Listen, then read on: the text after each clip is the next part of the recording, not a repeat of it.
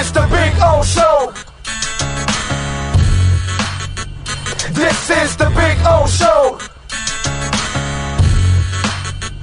This is the Big O Show.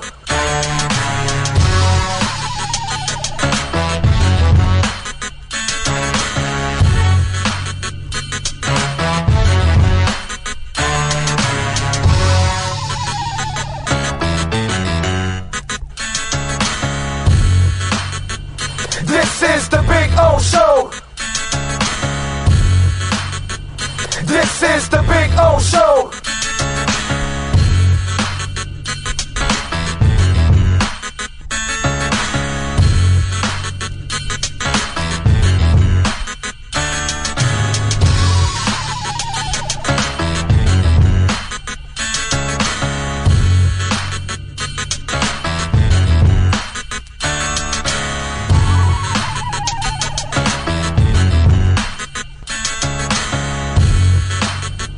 This is the Big O Show.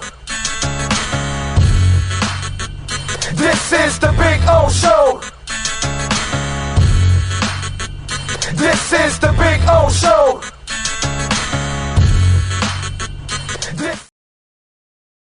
There's no need to drive around South Florida wasting valuable time looking for a new or certified pre-owned Acura. Go to the #1 volume sales dealership in the Southeast United States. Craig Zinn's Acura of Pembroke Pines. Purchase with pace and space in a dealership tailored to your needs. From home buying to providing that personal touch. Contact the 2020 Satisfaction Award winner Craig Zinn's Acura of Pembroke Pines. 888-776-5123. That's 888-776-5123. Or visit them at 15601 Pines Boulevard in Pembroke Pines. When you move, you need a reliable company led by passionate folks, eager to assist its customers during a transitional process that needs to be smooth. Call Essential Moving Experts at 844-368-5750 for all your local and long-distance moving needs. You can rely on Essential Moving Experts. Mention the Big O Show and get $150 off. Family owned and operated, they offer free 30-day storage, full-service moving, fully licensed, bonded, and insured. Moving was never so easy. EssentialMovingExperts.com. Welton Rayom has more than 62 years of litigation experience handling insurance disputes. They're committed to resolving even the toughest insurance claims quickly. Call them for a free consultation. 954-966-4646. At Welton Rayom, they don't get paid unless you win. Property damage claims to your home, business, or condo as a result of a hurricane. Welton Rayom can help. Water, mold, fire, smoke damage, Welton Rayom can help. Call 954-966-4646.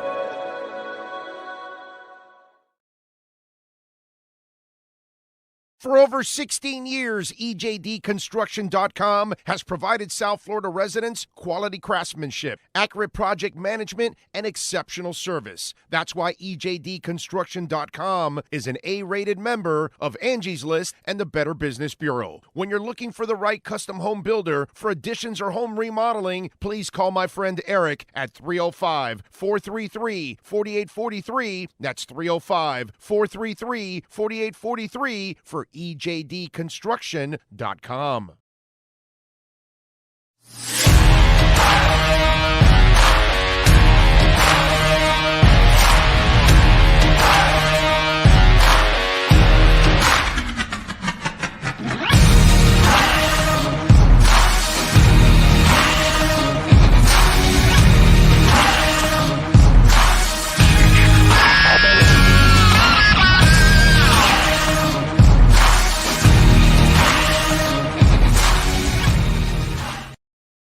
The viewpoint statements or beliefs expressed on the following program by the host, guests, or callers are not necessarily the opinions of FantasyXS.com, Media Group Inc. ownership, management, sponsors, or website. When it comes to South Florida sports teams, very few in the media have witnessed, lived, and covered it like the Big O. Let's start the program dedicated to your favorite South Florida teams with a passion that's unmatched. The Big O Radio Show is on. Here's the Big O. All righty. Yes, sir. Good afternoon, boys and girls. We are having some fun. We're coming to you live, baby, from Hialeah Racetrack, like we always are. But today we are in the Champions Simulcast Center. We're at the bar area having some fun. They're getting ready because they're going to have a blast out here. Remember the Kentucky Derby right around the corner, man. All right, the 5th and the 6th. So obviously the main race on Saturday the 6th, but tomorrow starts all the racing and going into the 6th. Obviously on Saturday, you can hear them. You can hear them. You can hear them. You can hear them. You can hear them. You can hear them. You can hear them. They're going crazy. I love this place. I love this place because you're right behind me. They're maniacs out there. They got a celebration on the 6th.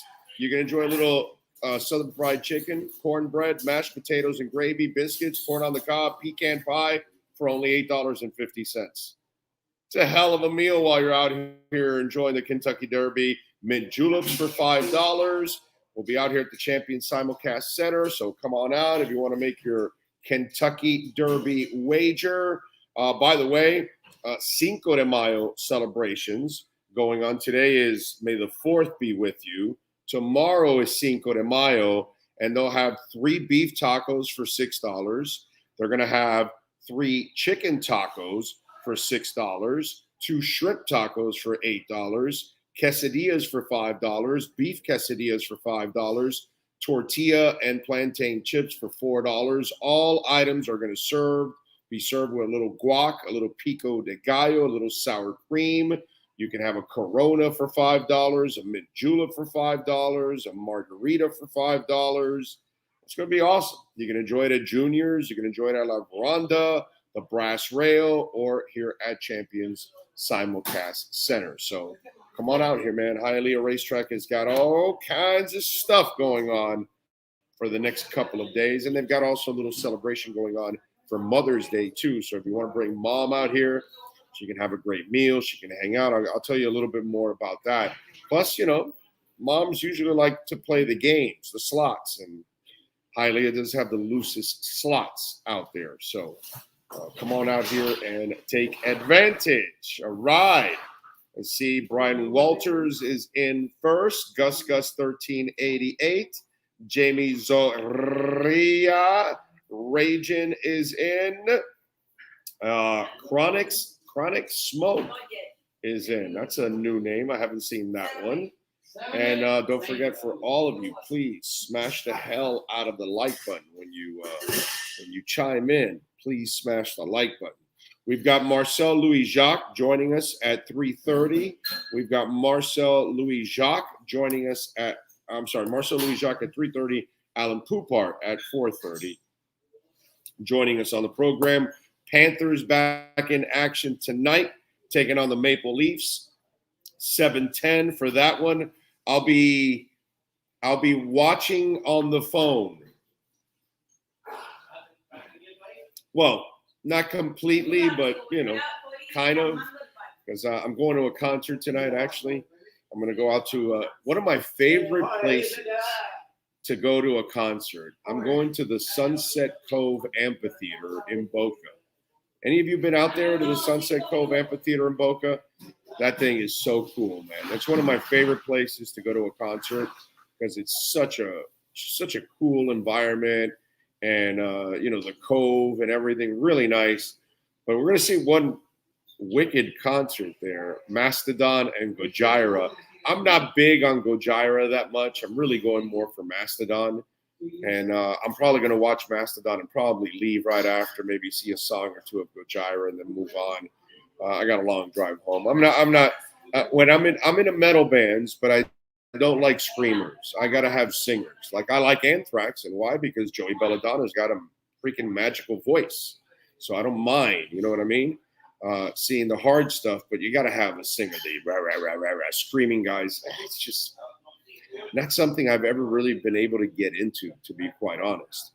And so probably going to pass up on Gojira, but definitely going to enjoy Mastodon today at Sunset Cove. I don't know if anybody else is going to Sunset Cove tonight. But if you've never been to a concert at Sunset Cove, if there's ever a band you like and they're going to Sunset Cove, I just suggest you go enjoy the experience. It's a really nice experience going over to Sunset Cove.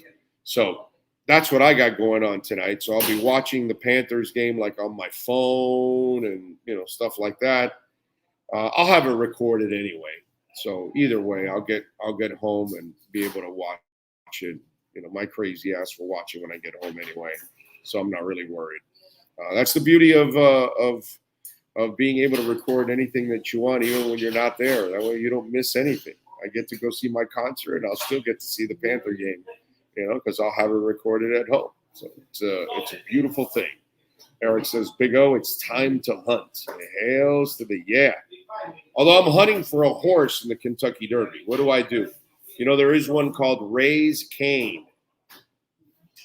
And, down in this part of the country, we like to raise our canes. We like to raise our kids to become canes. There's one, a really cool name, Sun Thunder. By the Ray's Cane is 31-1, so kind of a long shot. Sun Thunder, pretty cool name, 37-1. Hit Show is 35-1. Some of the cool names, man, long shots. Now, does Frank Fort, the great Frank Fort, I always run into Frank a lot on social media. Does he have a horse? Because there's one called Fort, and it's one of the favorites. Fort and Tappet Trice, both are 5-1. Those are your favorites. Angel of Empire is second there at 6-1. So, you got any tips for the 149th running of the Kentucky Derby? I'm right next to the window, so I need the tips. If you got something that you think is going to win here at the Kentucky Derby, give it up, man. Come on, give it up. All right. I need it. Let's see. Marco says, Rosendo says, good afternoon, Big O Nation. Happy Friday Eve. Make this a wonderful Thursday. Go around and over obstacles. Keep your focus sharp and be positive towards the people in your life and your future. Hails to the end. Thank you, Rosendo. As always, my man. Mike No Go Zone says, I agree. I don't care for singers that sound like Cookie Monster. Yeah, I've never been able to get into the screamers, man. Just can't. Because it's not singing. You're screaming. You sound like me. I can't do that. Giovanni's in the house. Ray Sosa in the house saying, still blowing my mind. Kate Bush made it to the Rock and Roll Hall of Fame nominee. She hasn't made it to the Rock and Roll Hall of Fame. But, hey, man, if you get your music on stranger things can happen. Like being nominated for the Rock and Roll Hall of Fame when you have no business being in the Rock and Roll Hall of Fame at all.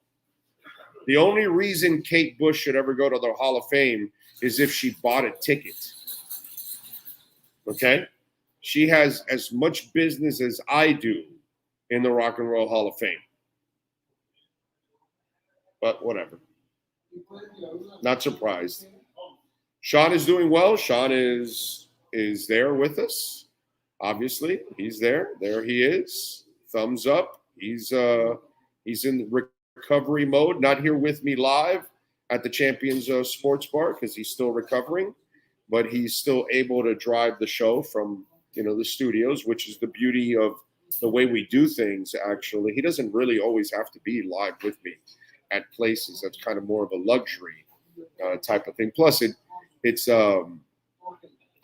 kind of a more of a presence, and the show's always better if I can be right next to Sean. It's always going to be better that way because obviously we're next to each other. But that's the beauty. We can still recover and work and get it done while we're doing it. So, but thank you for asking, and welcome back, Sean, man. Thank God we got him back. Just gotta get him to recover now. Get him a couple weeks before we get him 100% again. Let's see, what else do we have here? Brian Landis in, Alexis in, Eric Trujillo in. Dougie Fresh says, oh, my Rock and Roll Hall of Fame nominee is Milli Vanilli. Girl, you know it's true. Ooh, ooh, ooh. That's definitely Hall of Fame worthy. Poor guy, man. Right? The one that committed suicide. Everybody finds out that they're lip syncing, that they didn't sing it, and then the guy flips out, and it's sad, man. Sad. Oh, did you say Foreigner is not in? Yeah, no, they're not in the Rock and Roll Hall of Fame. Foreigner. Yeah, I took out a list yesterday, or day before. Was it? No, it was yesterday, right? Yeah, it was yesterday. Here's a couple of bands I checked off that aren't in the Rock and Roll Hall of Fame. They're gonna put Kate Bush, DJ Kool Herc, Link Ray. You know, these are people that they're going to put, like, you know, as possible. Like, I have no problem with Sheryl Crow, even though some of the bands I'm going to mention should be ahead of Sheryl Crow and Missy Elliott and George Michael and Willie Nelson. Well, not Willie Nelson. Willie's been at it a long, long time. And Rage Against the Machine and Shaka Khan. All that I have no problem putting Sheryl Crow, Missy Elliott, George Michael, Willie Nelson, Rage Against the Machine, the Spinners, and Shaka Khan in the Hall of Fame. I have no problem putting those people in the Hall of Fame. But not all of them, but there are some of these bands that I'm going to mention that deserve to go even in before Sheryl Crow or Missy Elliott. You know what I mean? Or Rage Against the Machine. Iron Maiden's been at it a hell of a lot longer than all of them. And so has the Scorpions. They're not in it. REO Speedwagon's not in the Hall of Fame. Styx is not in the Hall of Fame. The Smiths. How stupid of a committee are you that the Smiths are not in the Hall of Fame? There's the Beatles. There's Led Zeppelin. There's Kraftwerk. There's Nirvana. There's the Smiths. Do you understand what I just did right now? The godfathers of rock are the Beatles. The godfathers of hard rock are Led Zeppelin. The godfathers of heavy metal are Black Sabbath. The godfathers of electronic music are Kraftwerk. The godfathers of new wave music is the Smiths. The godfathers of grunge, Nirvana. You get my drift? Like, the bands that started genres, they have to be first ballot and put in, like, right away. So anyway, just to kind of finish the list, Bryan Adams deserves to be in the Hall of Fame before Kate Bush. I mean, before Sheryl Crow, before Missy Elliott, before George Michael, not Willie Nelson, Rage Against the Machine, not the Spinners, and Shaka Khan. Okay. And not Anthrax is not in it. Which, again, they're kind of one of the top 4 thrash metals, right? It's Metallica, Anthrax, Metallica, Blood, whatever, what's the name? Slayer, and the guitarist, what's his name? Who was in Metallica? You know who I'm talking about, those of you that are into it. Damn it, anyway.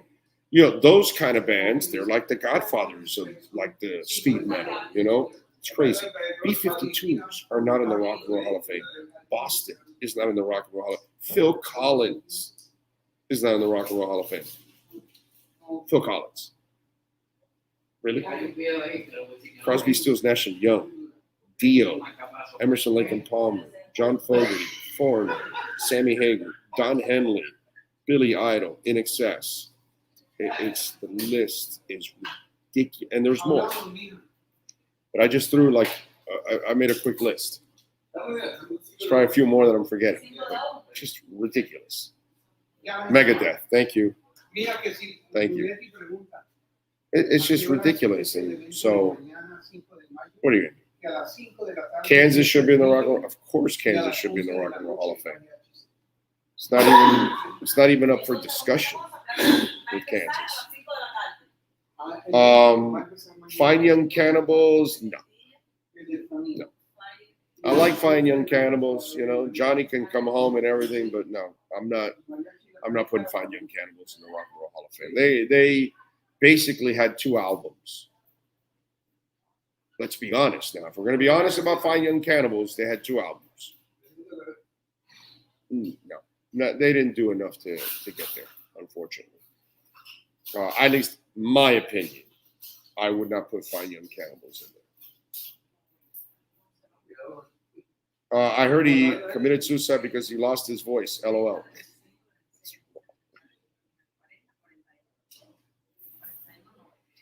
Oh, man. Link Ray is more well-deserving. Go listen if you think he does. I don't think he's accomplished enough to be in the Hall of Fame. That's just me. Again, it's subjective. I can come up with a whole bunch of people I mentioned on that list way before Link Ray.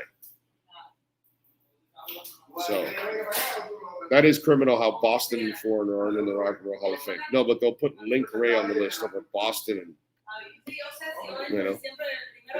it's just stupid. It makes no sense whatsoever. Like they haven't even Link Ray hasn't accomplished a fraction of what Boston accomplished. You know what I'm saying? It's ridiculous. Bands that were selling out stadiums and arenas. Yeah, no, of course not. They're not Rock and Roll Hall of Fame worthy. Of course not.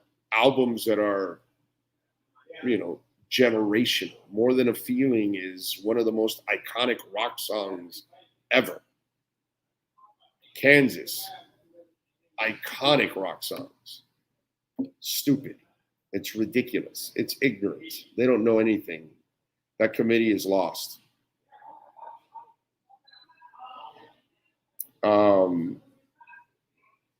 Oh, that was a joke. You weren't serious about fire. Okay.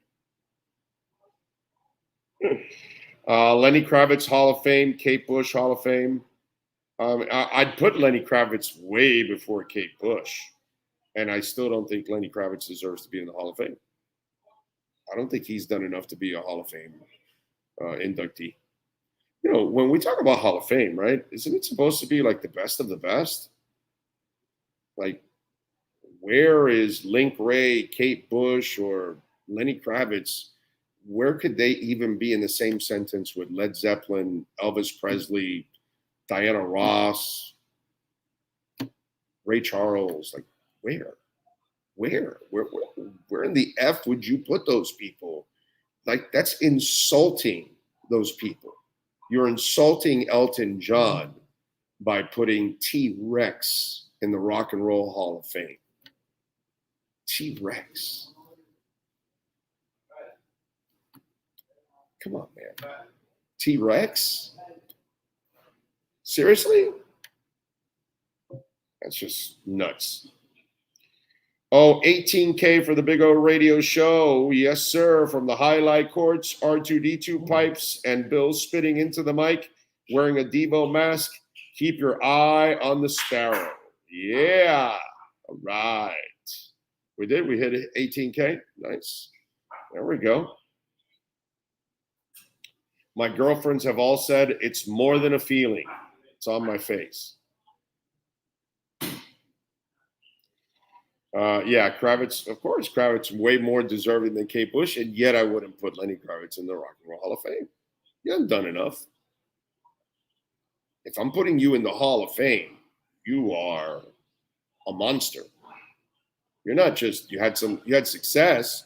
No. You were a dominant force in music. At no point is Kate Bush ever a dominant force in music. At no point. So it's, anyway. Yeah, Priest is not in there either. Oh, I'm sorry. Priest is in there. Priest got in there last year. It's Scorpions and Maiden. Here's the best part. I'll show you. I was reading up on this, and it's just hilarious how these things work out and how it's just ridiculous. But here we go. The CEO of the Rock and Roll Hall of Fame was asked why Iron Maiden was not in it. And he gave just a ridiculous answer because, it reminded me of watching Gary Gensler, who had no answers for anything when he was interviewed by the government about crypto. And it's like, well, wait a minute, dude, how can you be regulating it and you can't give us an opinion on Ethereum? and he couldn't say anything, whether it was a commodity or security, right? And so, it's hilarious.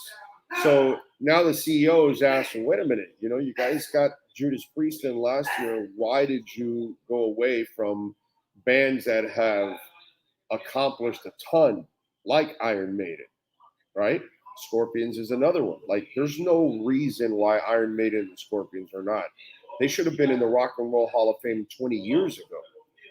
Not now, not a year ago, not 5 years ago. Well over 20 years ago, they were already Hall of Fame worthy. And yet somehow or another, they don't get the nod. I'm trying to bring up the damn article here, but I guess I'm having a little slow reaction here with the intrawebs here. And by the way, in this article, the cool part was Paul Stanley was also defending Iron Maiden. I thought that was cool. It was like, he was basically, I'm paraphrasing, but like, it's after everything they've accomplished, how can you not put Iron Maiden in there? They should have been in there, a long time ago. So here we go. So the CEO says, we love people that care, that they care if they're in or out, and their fans care, Harris explained about Iron Maiden. He then added, the truth is, anybody that's nominated, the odds are good that they're eventually going to get in. In fact, I think it might be as high as 90% eventually they go in. He pointed to Rage Against the Machine as an example. Rage was their 6th time, I believe. 5th time on the ballot, 6th time. And so sometimes it takes a while. But let's see where it lands. Right now, let's celebrate this year's class, and we can start to debate about next year's class once the spotlight is off of this year's class, which is a sorry-ass answer, because Iron Maiden, outside of Willie Nelson and the Spinners, that's it. Sheryl Crow, Missy Elliott, George Michael, and Rage Against the Machine combined still don't deserve to get in over Iron Maiden. Are you listening to me? Combined. Okay? I'm not going to take anything away from Willie, the Spinners. I can't take anything away from them. But some others, not saying that they don't deserve to get in, but Iron Maiden crushes all those people. Crushes. They're in the business for well over 40 years, and they're still selling out arenas. Most of those people I talked about could never sell out an arena on their own. Maybe Rage at one point could sell out an arena on their own, but nobody else is selling out an entire arena by themselves. Iron Maiden does that to this day. They're headlining in stadium festivals. Most of the people in music don't even have 20% of the success Iron Maiden has 40 years into the business. It's just ridiculous. You know what I'm saying? But what are you going to do? Can you throw out the crazed lunatic screaming over there? No, we can't. We love those. That's what I love about being at the Champions Simulcast Center. I love the maniacs screaming in the background. That is awesome. They got their money on the line, dude. I think it's awesome. I think it's fun. Big O, who do you think is the Panthers enforcer? My bro says it's Gudis. Yeah, Gudis is definitely the enforcer on the team. Yeah. Montour will crush your ass at times, but Montour does everything. But I would go with Gudis. Raiko Gudis is definitely the guy that I would put. By the way, the Paul Stanley quote. Here's the Paul Stanley quote. Where are we at here? Paul Stanley spoke up after the band was snubbed for the first time. Regardless of whether it matters to them, Maiden not being in the Rock and Roll Hall of Fame is insanity, he tweeted out. Regardless of who is writing in or not, the committee must induct them.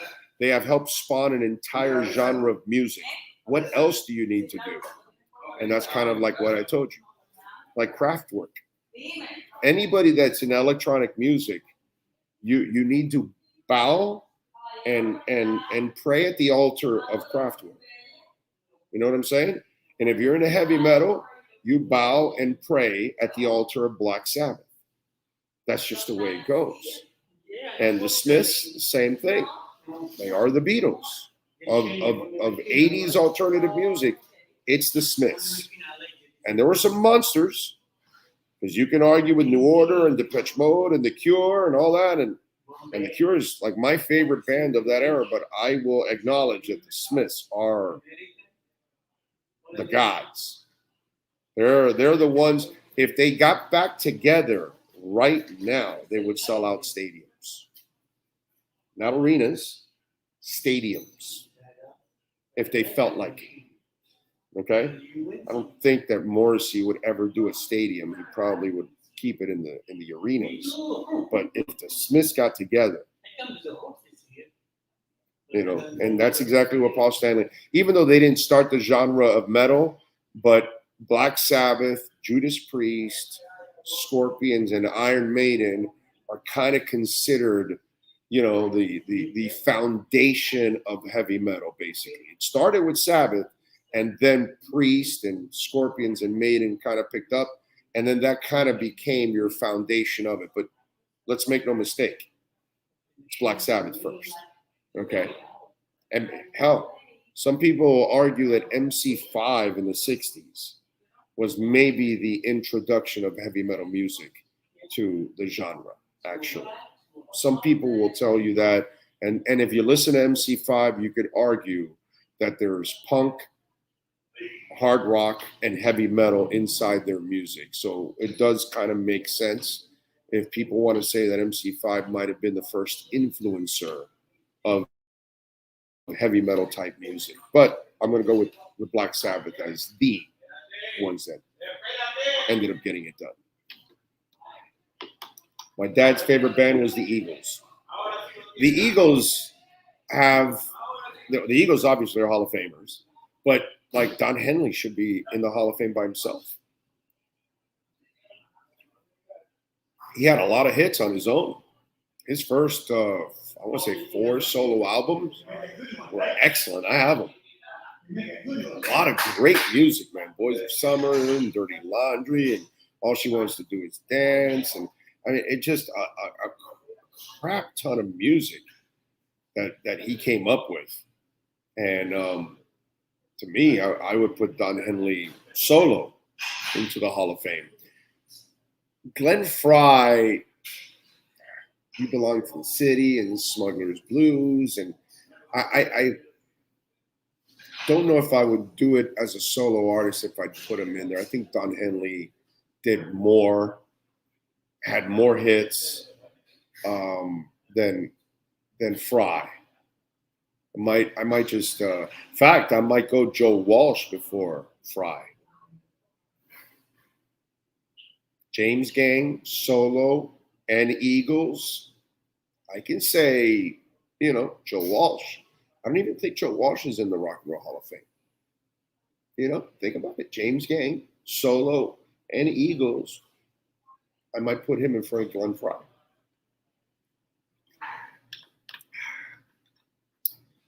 Who do you feel has a better chance on the conference final? No, the Cats, bro. The Cats. Come on, man. Can we be honest with ourselves, or do we have to lie to ourselves? We all love the Heat. We all love the Panthers. The Heat got the break of a lifetime. Giannis went out for the first 2 games. That changed the complexion of that series. And that opened up the door for the Heat, and credit to the Heat. They took advantage of it. And then the next round, they're playing the Knicks, who are nothing special. You know what I mean? These guys faced the Bruins. Best team in the league. Greatest record, regular season record of all time. And now in the second round, they're facing the other team that's favored to win the title, the Toronto Maple Leafs. I don't know if you guys know that, but the Bruins were favored to win the cup. Not the conference, the cup. Now Vegas says Toronto is the favorite to beat the cup, to win the cup. I'm going Panthers. Panthers have the best. I was just talking about this on Twitter. We were just talking about, Bam. And I said, Bam is such a nice guy, such a decent human being that maybe he just will he'll never have a nasty streak in him. You either have that or you don't. You either have an edge to you or you don't. He doesn't have an edge to himself. Okay? William at Cutter's Edge Pro, they've got the edge when it comes to landscape. They got the edge. You want the edge? I have it at home. But Bam doesn't. But Barkov also doesn't have the edge either. He's a superb talent. We all know that. But what's the difference between Barkov and Butler? What's the difference? I'm not talking about the two individual players. I'm talking about their situations. Well, the situation is that Jimmy Butler is the only dog on the team. He's the only star on the team. He's the only SOB on the team. God bless Gabe. God bless Caleb. All right. And Strus. God bless Strus. They are gritty players. They're not stars. They're not dogs. They're not, franchise guys. But I give them credit. They play hard. So Jimmy has no dogs around him like him. Well, Barkov can be Bam and be the super role player, right? Why? Because he's super role playing for Kachuk, for Bennett, for Montour, for Verhaeghe, for dogs, for sons of bitches, for guys that may not be franchise players, because only Kachuk is a franchise player. Although I got to say, Verhaeghe, after watching the last two playoffs, last year and this year, Verhaeghe has proven to me he's a big-time player in big moments. Okay? But those are rabid dogs that Barkov plays with. And that's where you have a difference between the two. And that's why I'll tell you, when you ask me, who do you think has a better chance at going deeper? Brother, I'm going with Panthers over the Miami Heat every day of the week and twice on Sundays. The Heat, it's fun. I hope they keep winning. I hope the breaks come their way. And if they do, then you never know, and maybe they get there. But there have been no breaks for the Panthers. They're facing two of the toughest teams you could ever face to start a playoff series. And they eliminated the best team ever in the regular season. And now they're looking, to take a 2-0 lead on the team that's considered now the best team in the league to win the title. I am so impressed with the Panthers, it's not even funny.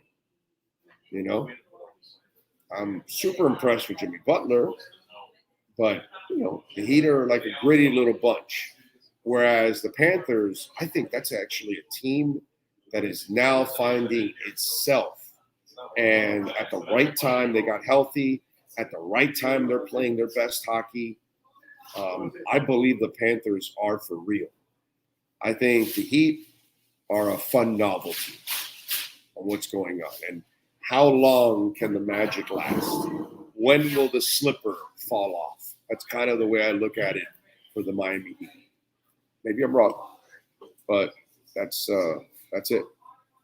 Tour de France, Tour de France, Tour de France. My favorite Kraftwerk song is The Motto. Love The Motto. Josh says, was the Cars band that you were thinking of yesterday with catchy tunes? No, but you're right about the catchy tunes. It's a very good one. Motorhead is not in the Hall of Fame, Mike. Can you believe that? Yeah. Well, of course you can believe that. Look at the other bands that are in it. Yeah, Lemmy never made it before he passed away. It sucks. Sucks. Rajan says, I'm a huge Eagles fan, and I would not put Fry in the solo artists, but Henley and Walsh are deserving. There you go. You agree with me? John Coltrane is not. Really? Coltrane's not in the Hall of Fame? I did not know that, and that's ridiculous. But not surprising if that's true. John Coltrane, wow. I thought he was. Did not know that. Sean, can you look it up if John Coltrane's in the Hall of Fame? Damn, I thought he was. Phil Collins was my first concert at the Orlando Arena. It was spellbinding to hear that, and he's not in the Hall. Yeah, it's ridiculous, and he's still alive. Like, can we just put him in where he belongs? Poor man's had like hell the last couple of years going through his physical issues. How about giving him a little, Genesis already in. Put his ass in there. Here you go. Here's my top 3 Smiths albums. Meat is Murder is 3. The Smiths 2. And The Queen is Dead is 1. Nice. Nice. I love Strange Ways Here We Come. That is a phenomenal album.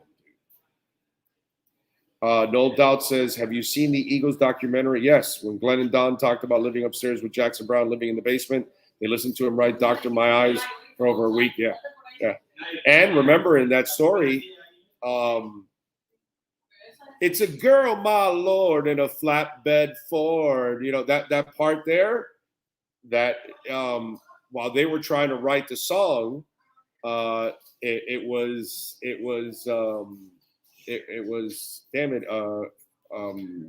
Jackson that finished the lyrics, that part there. So he helped them write that song, actually. No, John Coltrane not in the Rock and Roll Hall of Fame. Not surprised. Ineligible since 82. Yeah. No, I know he's been eligible since forever. Yeah, let's not just put somebody legendary, somebody super talented, somebody that's made some of the greatest music you can ever listen to. Oh, will Bam's BBs ever? No, we got to stop with that. It's never going to happen. If it hasn't happened already, it's never going to happen with Bam. I still find it funny how people think this isn't an offensive NBA league and that Bam can't even be a number. But Bam's not. Bam's a number 3 on a real. Like I've said before. Follow me on this. Zoe and Timmy teams. Is he ahead of Zoe or Timmy? No, of course not. He would be the 3rd guy. Right? He would be PJ Brown, correct? Right? Shaq and Wade. He would be Udonis Haslem. Wow. Haven't you seen super role players before? Because I've seen them before. I know what they look like. I know what stars look like. They look like Dwayne Wade. They look like Alonzo Mourning. They look like Tim Hardaway. They look like Chris Bosh. They look like LeBron James. They look like Shaq. I know what stars look like. And I also know what super role players look like because I've seen them before. I've seen them all throughout the history of time. I've seen the guy, the super complimentary player that a lot of teams need in order to get by because he does all the dirty work and he sets a pick and he defends this person or that. I've watched those guys. Doesn't make them franchise players. You do know that Udonis Haslem is going into the Ring of Honor for the Miami Heat. He'll retire his jersey, but he's not a franchise player. You do understand that, right? What was he? He's a super role player. Right? What did PJ Brown do? What's the difference? He defended all kinds of people. He got rebounds. He blocked shots, something that Bam doesn't do. And occasionally added some points. Not a lot because that's not his game. I've seen those players before. I know who Bam is. So is Bam number 3 with Bosh, Wade, and LeBron? Oh, I didn't think so. Is he number 2 with Shaq and Wade? And Zoe as the 3rd guy? I don't think so. The only reason he's 2 on this team because they have nothing else. So you square pegged it into a round hole. when LeBron would go out, or Wade or somebody, the other stars would step up. What happened 2 nights ago? Jimmy was out. They needed a star to step up. Where was Bam? Nowhere to be found. And the bad part for Bam, unlike Barkov, okay, there's a difference. Barkov can hide and be the facilitator and be the all-around player and all that shit because he's got a guy better than him in Kachuk, and then he's got 3 other dogs in Bennett, Verhaeghe, and Montour. So it takes all the pressure off him. But when Butler's not in, all of a sudden it puts the pressure on Bam. And when Butler's in, it puts the pressure on Bam because he needs somebody to be the Robin. And you're asking 3 G Leaguers to be the Robins. And to their credit, those 3 kids stepped up 2 nights ago. But where was your so-called star player at? He was doing what he normally does because he's not a star player. Because he's P.J. Brown, because he's Udonis Haslem, because he's not supposed to be your offensive anchor, because he can't be an offensive anchor.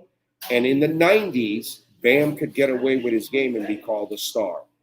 But in the 2020s, in an offensive game, Bam does not belong in the star category. He belongs, like what I've called him, a super role player. Not a role player. He's a little better than a role player. But he's a super role player.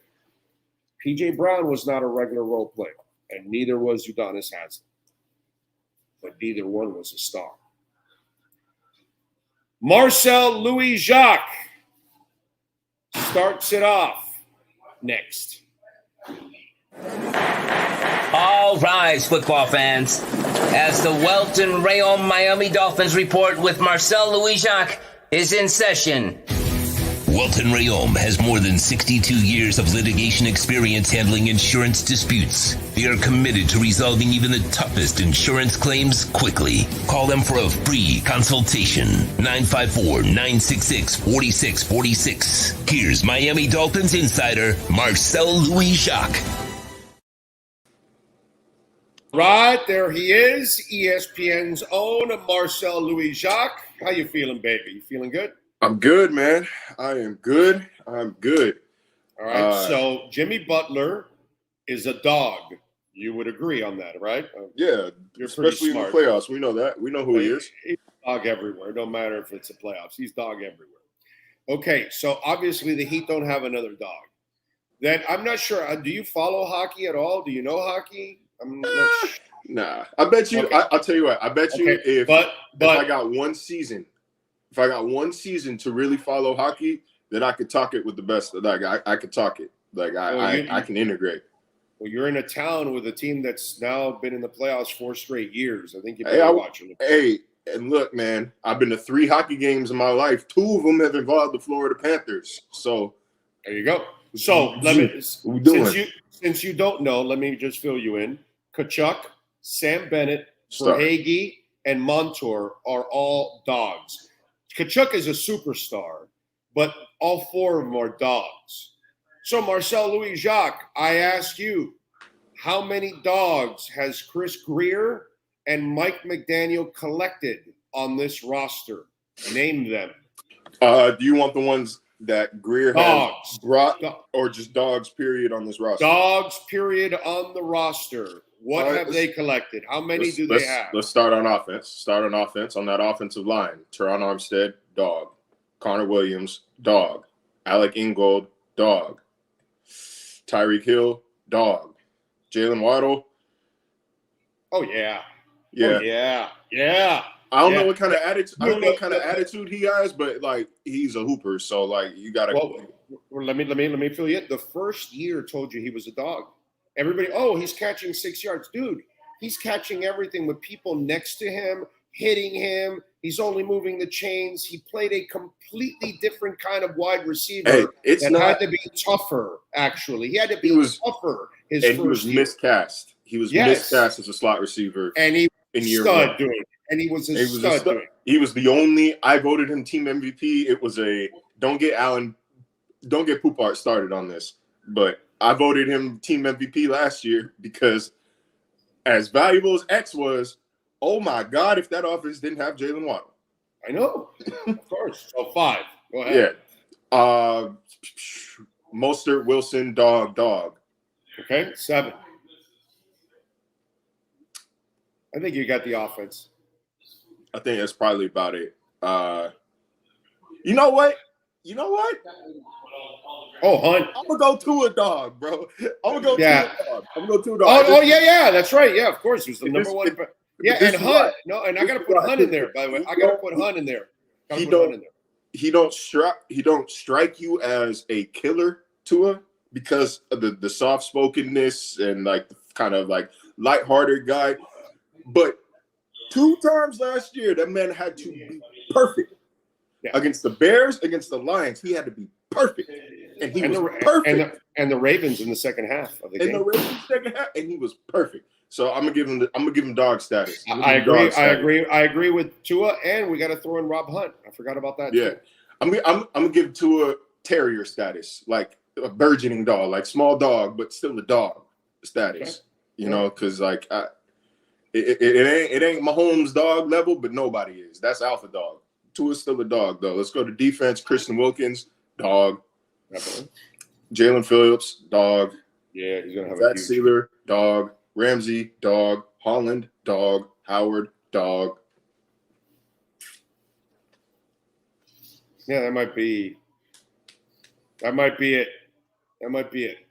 You know, Agba was working on that, but then he had the setback, and now he has Agba can be a dog. Chubb can be a dog too. Yeah, he can be, but he hasn't yet here. So I'm gonna go Chubb dog because like we've seen what he could do when he's healthy. He was playing through a broken wrist last year, which wasn't made into a big deal when he said it last week because we were never told. We just saw him in the cast and assumed okay, like the brace is for protection. He had a broken wrist. Yeah, you're edge rusher, man. You fight with your hands. A broken wrist is not easy to play with.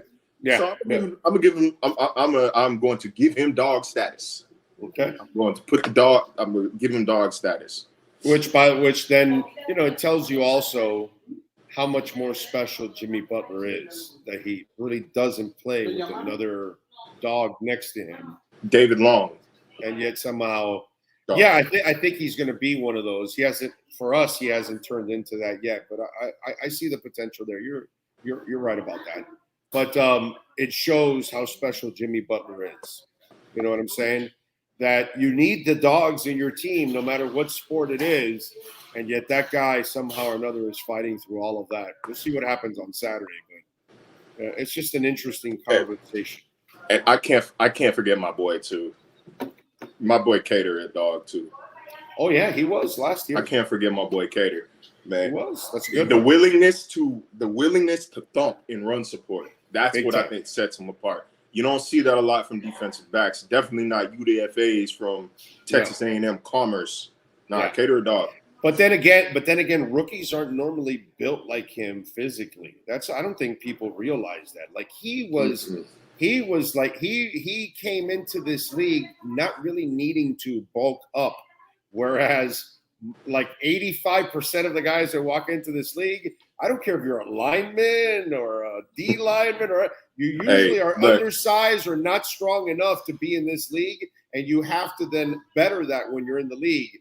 Cater from the get-go was physical enough. I never do this because like I hate when people say like, oh wow, this guy is ripped. NFL players are ripped. They are like that. It's the goofiest thing in the world when people break down off season, like how they look. Right. That's how that man looks. 365. Right. So like I don't do this because I'm not trying to be weird, but like Cater is the most pound for pound built guy in that locker room. Yeah. Like I first time I saw, I was like, this is a rookie. Right. Texas Commerce had him right, or it's just good genes. I don't know, but the guy is built, man. The guy has an NFL body coming out of Division II, which was just sick. And that's why I think he was able to be so physical, because he's a little hammer, bro. If you just all you have to do is look at him in the locker room. You're like, whoa, dude, wow, you're not built like a rookie, bro. It's like, no wonder you're a thumper. No wonder you have no problem, hitting people. And you're right. That was probably the most impressive thing about him, that he was that physical for a young corner. So that's a dog pound. That's the lineup.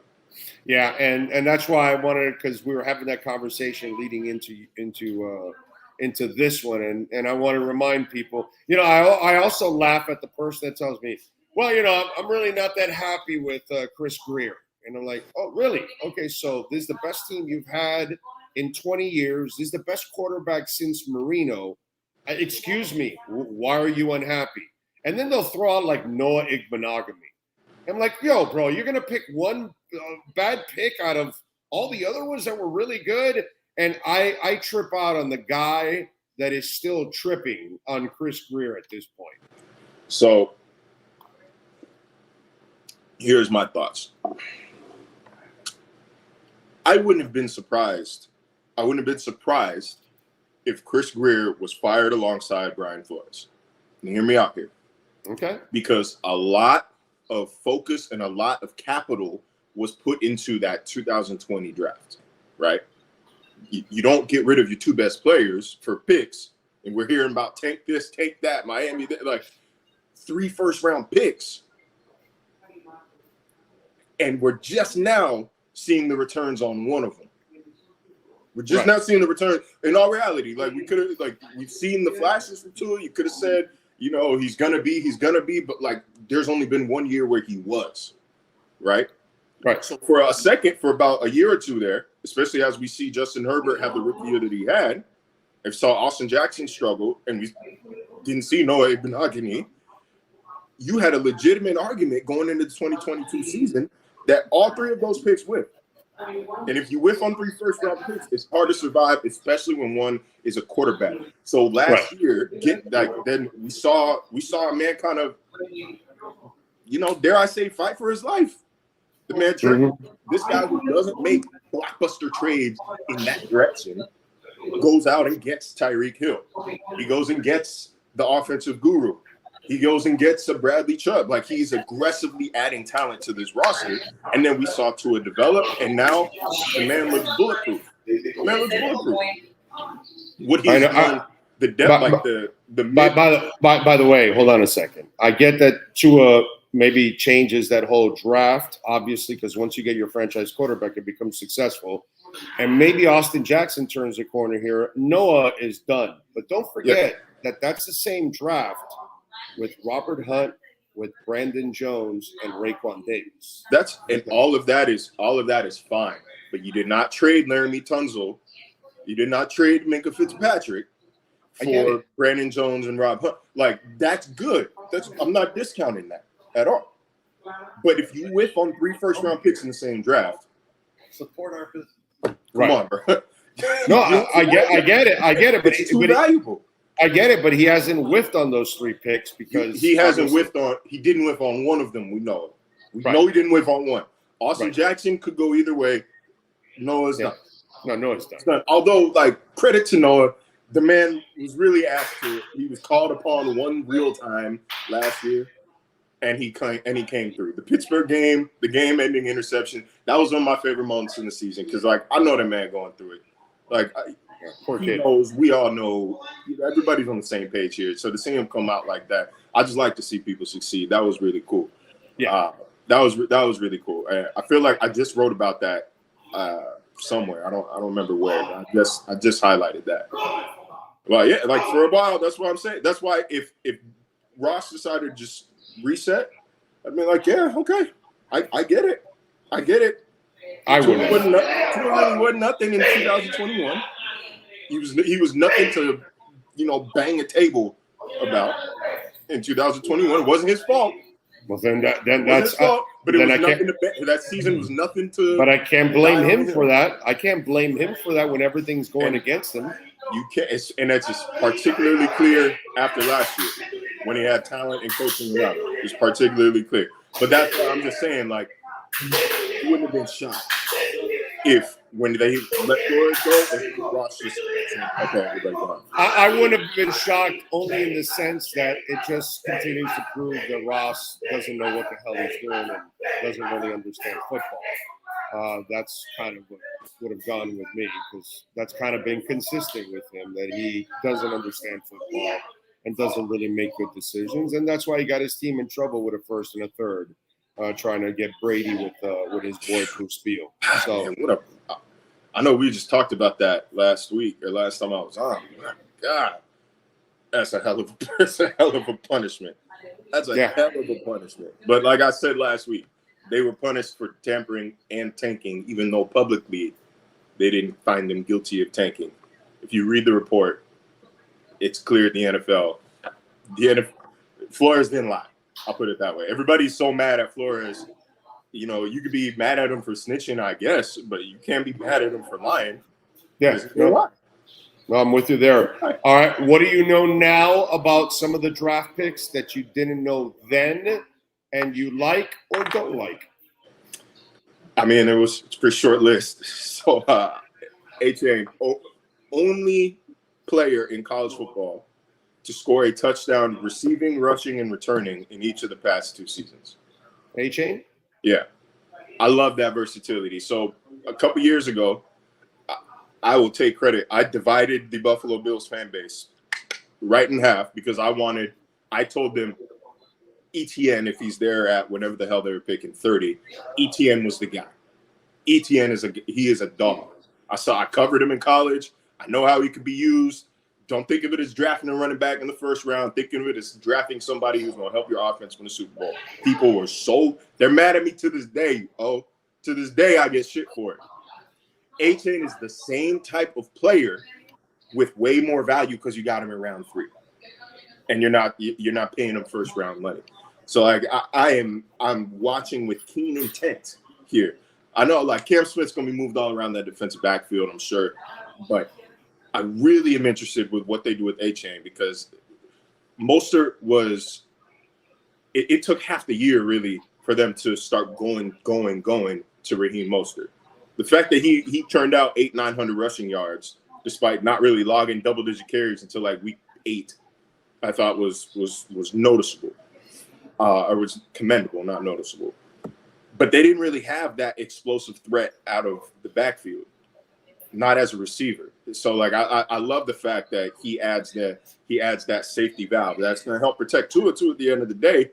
When hey, don't run for your life, go find A-Chain out the backfield and go let him work. So I think it goes a long way. So that's the guy. And I know low hanging fruit, but like I said, bro, there's 4 draft picks. I'm not gonna. No, I mean the 6th or 7th rounder. Come on, bro. I mean, give me a break.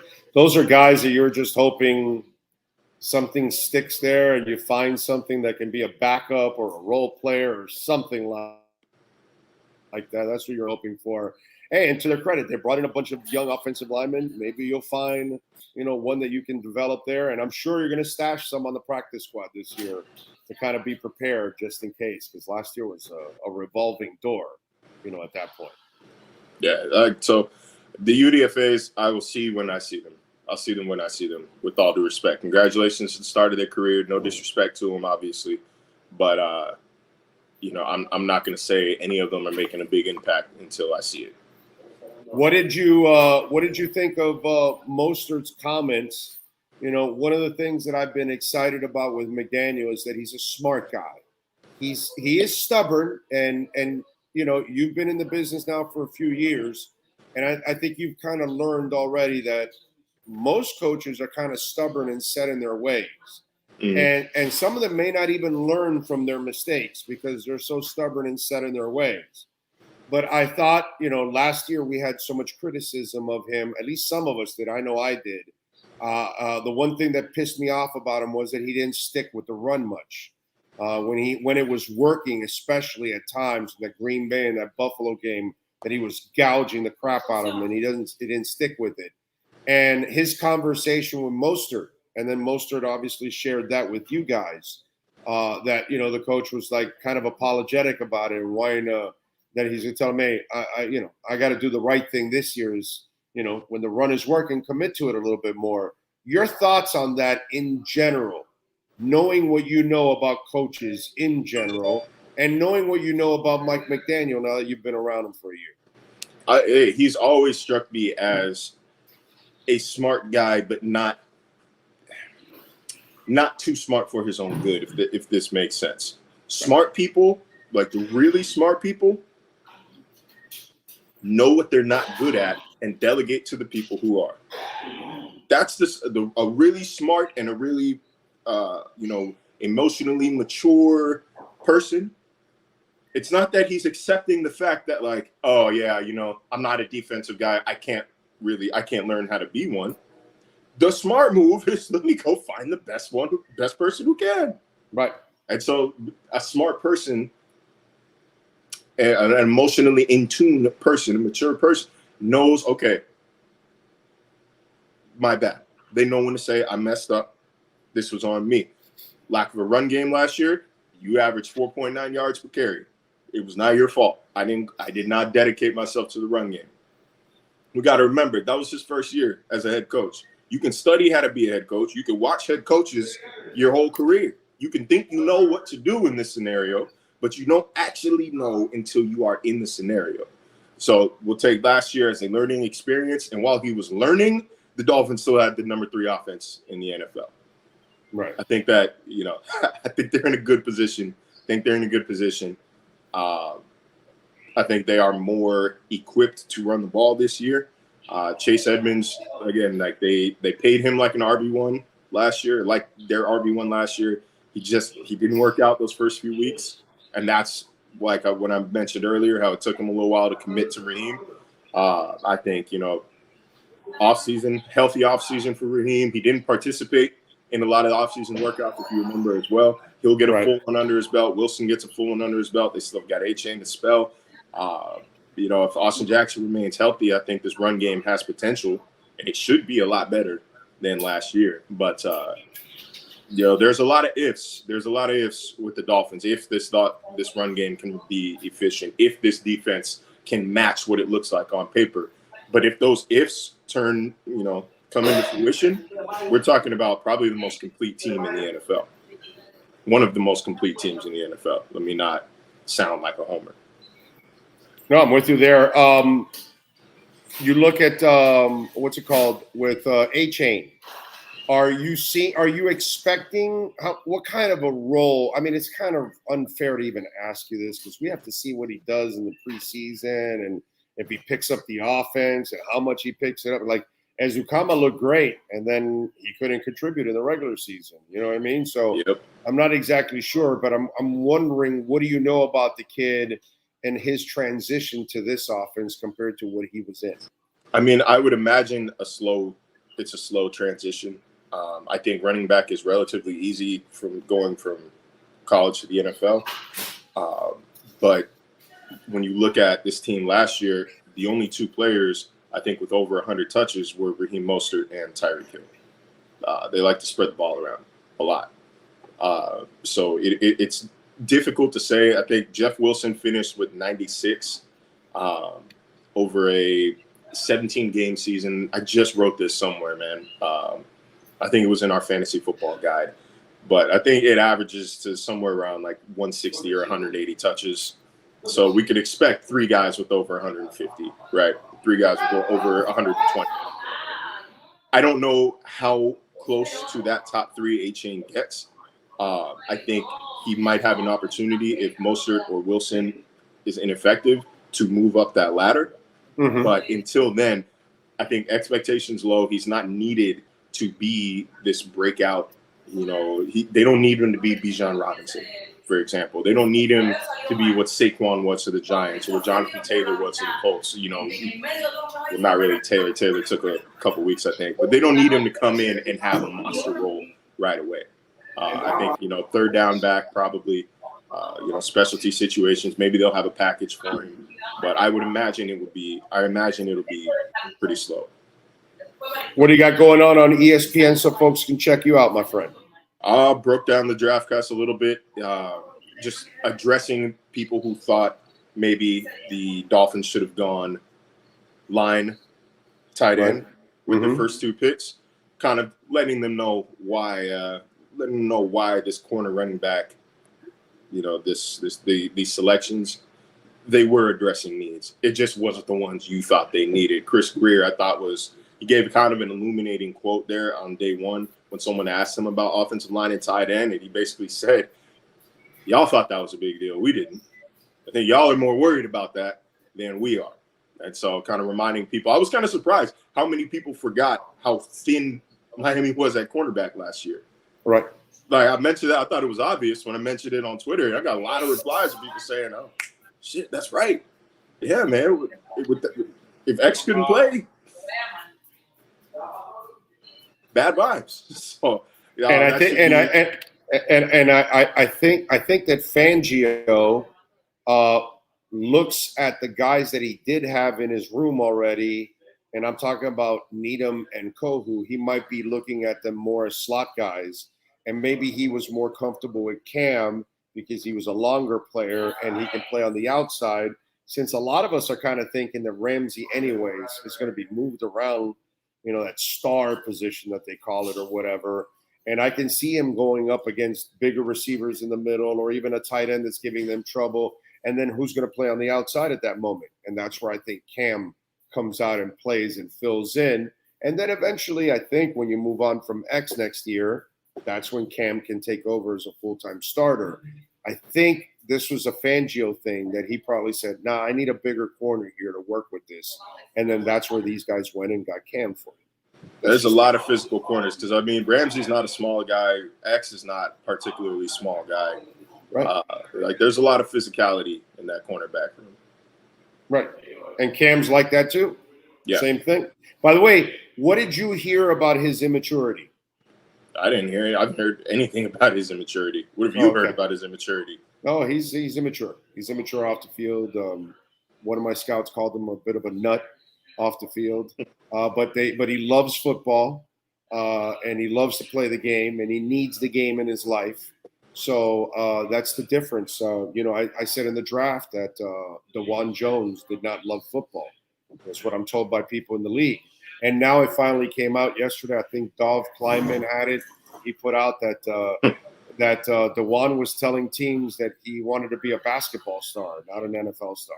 Yeah, DeJuan came out and called it cap, but yeah. No, but he could call whatever he wants, bro. I got plenty of people in the league that were with him in meetings. The way I see it is, it wasn't one person that told me he didn't love football. Just like it wasn't one person that told me that Cam Smith has some immaturity issues. I'll put it this way: this is Miami. And since I've been here, at least, nobody's really gotten in trouble in this city. Not that we've heard of, not that's come out. It's one of those cities where you have to be keenly aware of who you are bringing in, of who you're drafting, who you're signing, because it's an easy city to get in trouble. It's an easy city to get on, be in the news for the wrong reasons if you stay outside. So I think Ramsey and Holland are very important for Cam Smith's life. Just going to say it there. By the way, the last time I told people that a cornerback was immature and he got drafted, his name is Vontae Davis. Just so you know. So I don't. When I throw it out there, I don't throw it out there because I'm pulling it out of my ass. I actually know people in the freaking league that'll tell me all the things that went on in these interviews at times. And so Cam, everybody loves him, but the only reason he fell out of that first round is maturity. That's the only reason. People grow up, right? Outside, yeah. And who doesn't have to grow up at that age, by the way? But again, it's not like he's a bad dude. There's a difference. Vontae Davis was not a bad dude either. Immaturity is you gotta define it. Sometimes you just haven't grown up yet. You just haven't embraced your responsibilities. Doesn't mean you're out there causing crimes or ruining people's lives. Or that wasn't what Vontae was about. And this kid's not about that either. He's not a bad dude. He just has to grow up a little bit. And that's why I think that a guy like Ramsey and Holland are very important in that locker room for him. So, yeah. Anyway, so there you go. There's something you can dig on if you want. That's it. I guess we'll see. I guess we'll see, but he'll be all right. He'll be all I think right. he'll be all right. Keep him up in Davie. He'll be all right. He's got Wilkins. He's got Davie. Yeah, he's got Armstead. He's got a lot of good character people in that locker room. So he'll be all right. He'll be all right. He's again not a bad kid. Just has to grow up and understand his responsibilities. Outside of that, he'll be fine. All right, follow him on Twitter at Marcel_LJ and catch his work there at ESPN. Marcel, as always, thank you for the time, my brother. Appreciate you. Yes, sir. See you on Monday. You got it. Have a great weekend. Now, remember, if you want to have a great week or month or year, well, then you've got to call Welton Rayom, because if you're dealing with those insurance companies, you just had some water damage in your condo, in your home. Maybe you were dealing with some of the storms here, and now you've made the mistake of calling the insurance company. Why do I say that? Because you never call the insurance company. You call Welton and Rayom first. You explain everything to them, free consultation. They'll tell you if you have a case, and if you have a case, they're going to send their adjusters, and they will call the insurance company to bring their adjusters, and then they will straighten out the insurance company and their adjusters. And I know that because I lived it, okay? And those of us that are married, you know how that battle goes. My wife said, no need to call. I'm going to call the insurance company. And, a lot of times my wife is right and I'm wrong. But in this case, I was right. And she ran into a wall called Progressive, and they were trying, of course, to screw us over. Because that's what insurance companies will do. They will try to screw you over. And so guess what? Progressive got crushed by Welton Rayom. All right? And that's what you're going to love. They got us what we needed to fix, which was like 5 times more than what Progressive was asking for. That's all you need to know, folks. I tell you all the time. Call Welton Rayom anywhere in Florida, 954-966-4646. Consultation is free. Get on the phone, call them. They'll take care of you. Welton Rayom. Call Jeff right now, 954-966-4646. Do not deal with these insurance companies and their adjusters. They're only out to screw you. They only care about collecting your premium. When you need their help, they're not there for you. Welton Rayom will make sure they live up to their responsibilities. This has been another session of the Welton Rayom Miami Dolphins Report with Marcel Louis-Jacques. At Welton Rayom, they don't get paid unless you win. They handle complex personal injury claims caused by the fault of another in both state and federal courts. They handle auto, trucking, motorcycle slip and fall, and bicycle accidents. Call 954-966-4646. Welton Rayom can help. Can I call my grandma? That's right, Dougie Fresh. So when you guys were listening to our draft show, right? The only draft show in town that tells you that Cam Smith has some maturity issues. The only draft show that told you that Vontae Davis had maturity issues back then. The only show that tells you Flo didn't want to. This kind of show. And so we get you insight like we always do. And DeJuan Jones was one of those guys that I thought was very intriguing. And I thought maybe that's a guy that Miami should look for. And when the second round came and went, I was wondering what the hell is going on with DeJuan Jones, right? So I found out, remember, I got back with you guys, and I told you that the problem with DeJuan Jones is that he doesn't love football. Okay. And that's what NFL people were telling me, that in the meetings that they were convinced that he doesn't love football. And let me tell you something, outside of being a criminal, that's the next thing. Criminal number one, they don't want to touch you most of the time. But the next thing they find out, if you don't like football, they don't want you at all. They don't want you at all. And that's why Cam Smith they'll take a chance on him in the second round, but they won't take a chance on a mammoth human being like DeJuan Jones in the third round or in the second round because he doesn't love football. He got taken a few picks after Miami chose him in the third round, but he fell big because he probably should have gone somewhere in the late first to early second is probably where he should have gone. And yet, with all that size and all that ability, remember, he's a former basketball player. He's got some pretty good feet for a big guy. And look where he lasted. What is it? Dov Kleinman, I think is the gentleman's name. He covers a lot of NFL. And there's the tweet that Dov put out. And he says, Brown, 6'8", 359-pound offensive tackle DeJuan Jones was mocked by many into the first round of the 23 draft, but he fell to the fourth round. Now we know why. Jones told teams during interviews that his dream was to play in the NBA, not NFL, which turned them off to him. He also dealt with weight questions and mishandled the Senior Bowl and Pro Day. Yeah, he wasn't there very long for the Senior Bowl. PFF mocked Jones going 111th overall to the Titans the day before the draft. The 33rd team had him as high as the 8th overall to the Falcons. Now, Sean made me aware of this. I did not know. DeJuan Jones apparently tweeted back to Dov Kleinman and was going against what was put out there. And so the big man had to kind of answer for himself.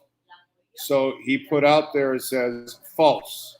Like, where do you all get this information from?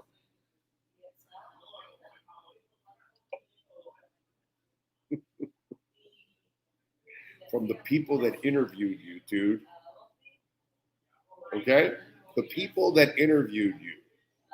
The same people that told me Vontae Davis wasn't very, mature. I always get that shit, by the way. That day they freaked out on me, everybody on the draft, when I said that.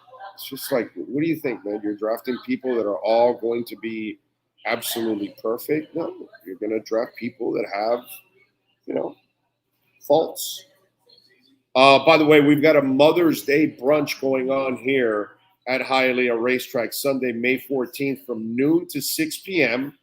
All right, folks? And you're going to have a spring mix and romaine salads with dressings, classic Caesar salad and Greek salad, Italian meatballs and marinara sauce, shrimp primavera, grilled salmon, hand-carved New York sirloin, spaghetti and marinara sauce, yellow rice, roasted potatoes, steamed broccoli, steamed baby carrots, assorted fresh baked muffins, brownies, fresh baked chocolate chip cookies, fresh fruits and cheeses, free ice cream for mom and the kids, and complimentary mimosas, bellinis, or Bloody Marys. $55 per person, $20 for children 10 and under. That's going to be one hell of a brunch here at Hialeah Park. So come on out and join us, folks. Tomorrow is Cinco de Mayo. So they're going to have a celebration going on. Beef tacos, you'll get 3 of them for $6. Chicken tacos, 3 of them for $6. Shrimp tacos, 2 of them for $8. Chicken quesadillas, $5. Beef quesadillas, $5. Tortilla and plantain chips, $4. All items are served with guac and pico de gallo and sour cream. Corona beer, $5. Mint juleps, $5. And margaritas also $5. So you can celebrate Cinco de Mayo here at Hialeah Racetrack. So come on out, baby. Enjoy the casino. Wager on the Kentucky Derby. Just so you'll know, okay, I'm going to go with Raise Cane. Just because I'm a Canes fan. And it's not Cane, C-A-N-E, it's C-A-I-N. But what the hell? Raise Cane, 31-1. So it's a long shot. Fort, by the way, Frankfort is 5-1. And Angel of Empire is 6-1. Tappet Trice, also one of the favorites, 5-1. If you have a pick for me for the Kentucky Derby, tell me, because I got the windows here. I can lay a little wager in a few minutes, which is a beautiful thing to lay a wager. Love it.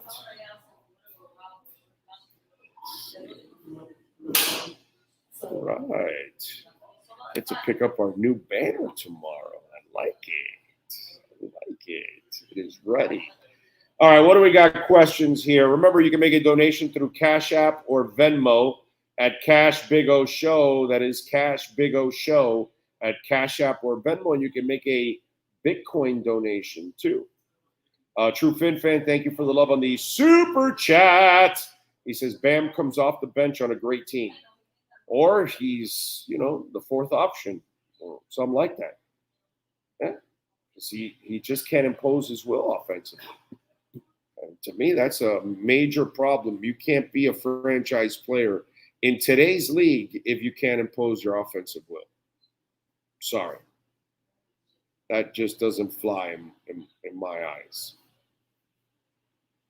Let's see what else we got here. What questions we got on the chat board.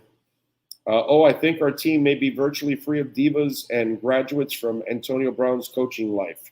Yeah, that makes sense. With that video of Brown at the Arena League game, what a disaster. People are quitting. He's locking out players and coaches from their hotels, and they're not paying them. Shocker. Antonio Brown doesn't pay somebody. I just wonder who thought it was a good idea to sell the team to that moron. Like, who would want to be in business with Antonio Brown? The Arena League. I get it. It's Albany. Maybe you don't have a lot of people offering you money for it, but why would you get in business with that clown? Seriously. Why would you even want to associate with Antonio Brown? And tipo ta loco. Come on, man.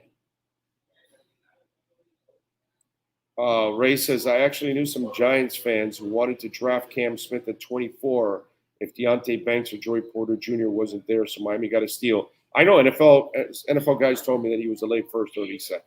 Maturity is what got him out of the first round. That's all. Somebody didn't want to take a chance. That's all. Some teams probably have not loving football as their number one no-no ahead of being a criminal. Yeah. You can't play football if you don't love it. You can't. It just becomes too hard because of the injuries and the pain and the rehab and all that. That will wear on you. You will have to love to compete. It's like being a boxer or an MMA fighter, or shall I say even this, Sean, a wrestler, because they put their bodies through hell, dude. At one point or another, you kind of want to not take a beating. You know what I'm saying? It's easy to have a job that doesn't do any real damage to you, but some of us have jobs that they kind of there's some wear and tear, and then you kind of like teaching. Do you think that most teachers are doing it for the money? No, it's actually, believe it or not, those maniacs actually like teaching your punky kids. Yeah. All those brats that you guys are sending to schools and driving all those teachers crazy, those men and women actually love doing that.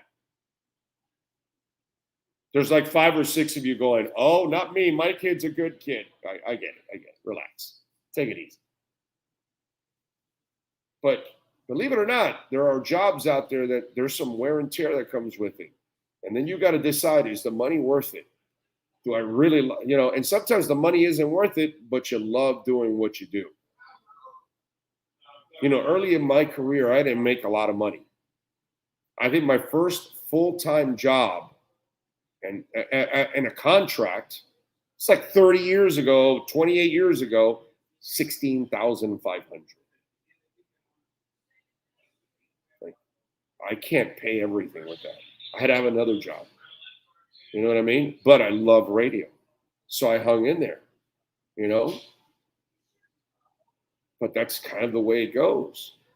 So you do these jobs sometimes because you love actually what you do. And then football, you have to love it.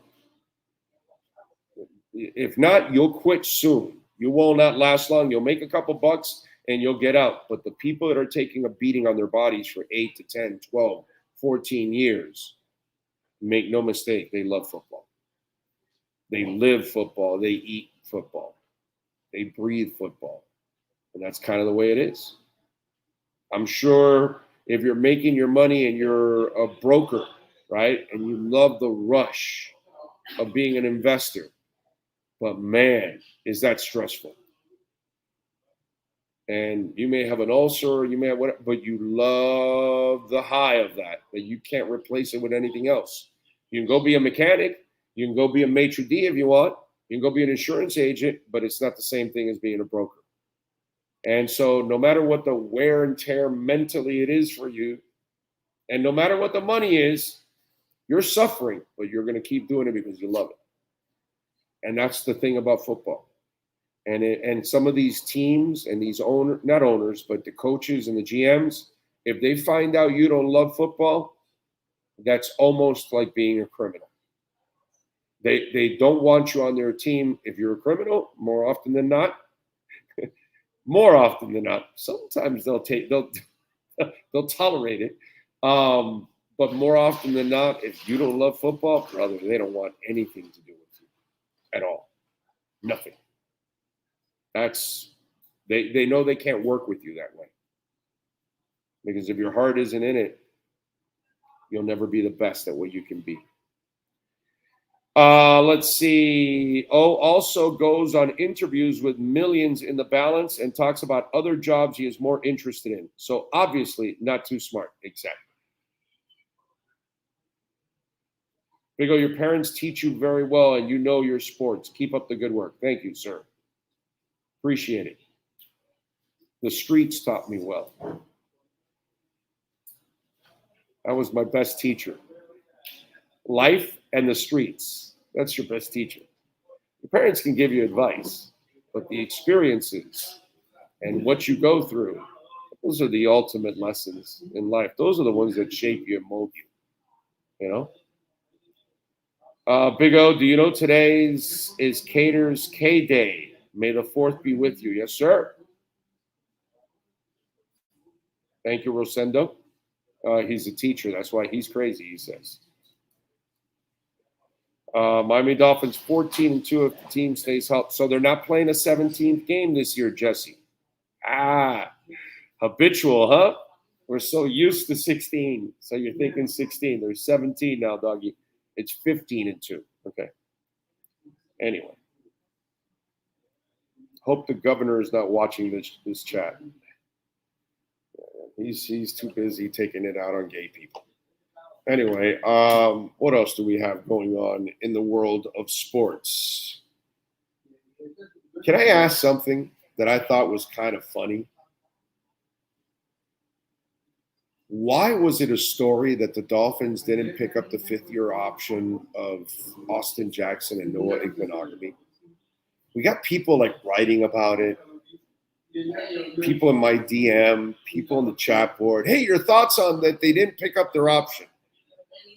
That's not news.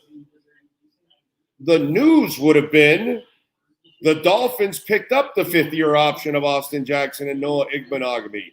Now that's news. That's when we can go, what the F?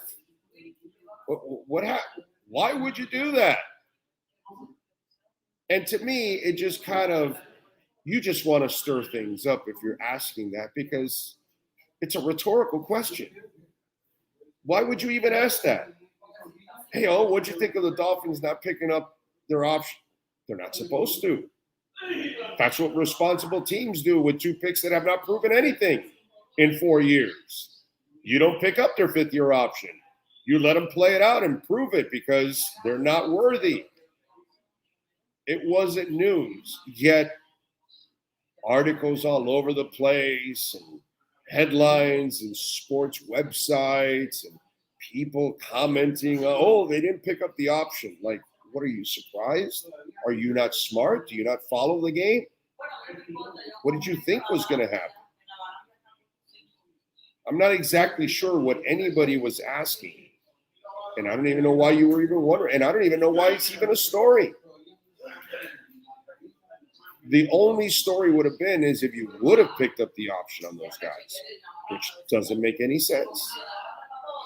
but I found it hilarious that you actually would even think that that's news. So you waste your time writing about it, you waste your time asking about it, when deep down inside you know the answer. And if you didn't know the answer, well then, you may not be too smart. Let's see. Knight, thank you for the love on the super chat. He says, we will win so many games, they won't let us play 17. There you go, Knight. I like it. I like it. True Fin fan again. A little love on the super chat.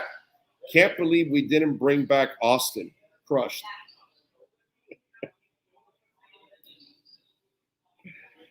Oh, man. Don't know how their fifth-year options are not being picked up was breaking news. I don't understand any of that either. It's the reverse, but, it's just funny. I just think that people sometimes find a way to just want to stir stuff up for the hell of it. Maybe just to talk about two bad picks again. Isais, thank you for the love on the Cash App. Remember, you can send a donation through Cash App or Venmo. And Isais made my favorite kind of donation. He made a Bitcoin donation, baby. Thank you, sir. Love me that Bitcoin. Yeah. Bitcoin right now still over 28, trying to work its way to 29. Let me see if I can pull up the latest numbers for you on Bitcoin. 28,862, baby. Trying to make its way to 29,000. It's been hanging strong there the last couple of weeks, which for me, it's incredibly bullish. And with all these banks crashing, I think it's just eventually going to climb. It should be going into the 30s very soon. I think it's about to hit any day now. By the way, Jasmine's been strong too. It's over 71 now. It's over 5.5%. So Jasmine has been going strong. And Alethea, Liquid Intelligence, that we've been talking about for months now, up 10.5% today. So bouncing back a little bit. Some of the coins that we've talked about, some of the companies we've talked about on the show. Let's see. Time to buy or too late? No, it's still way early. Way early. It's as I tell you all the time, but remember, never invest where you're not willing to lose. Okay? Always. I'm not a financial advisor. This is not financial advice. I'm just a guy that loves crypto. But right now, Bitcoin is still at one hell of a bargain.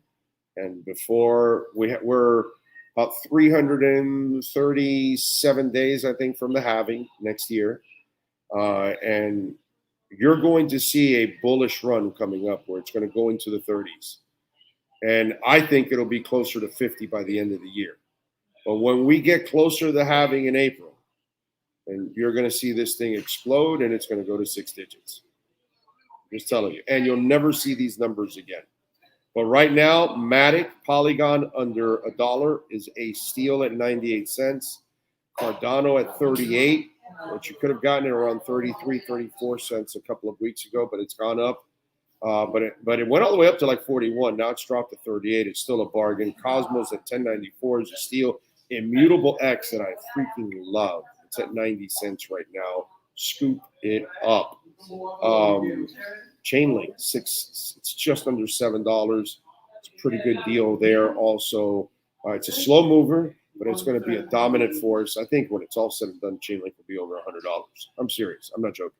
H-bar is at just under 6 cents. I think it's a steal right now. Avalanche at $17, and it went all the way down to 10.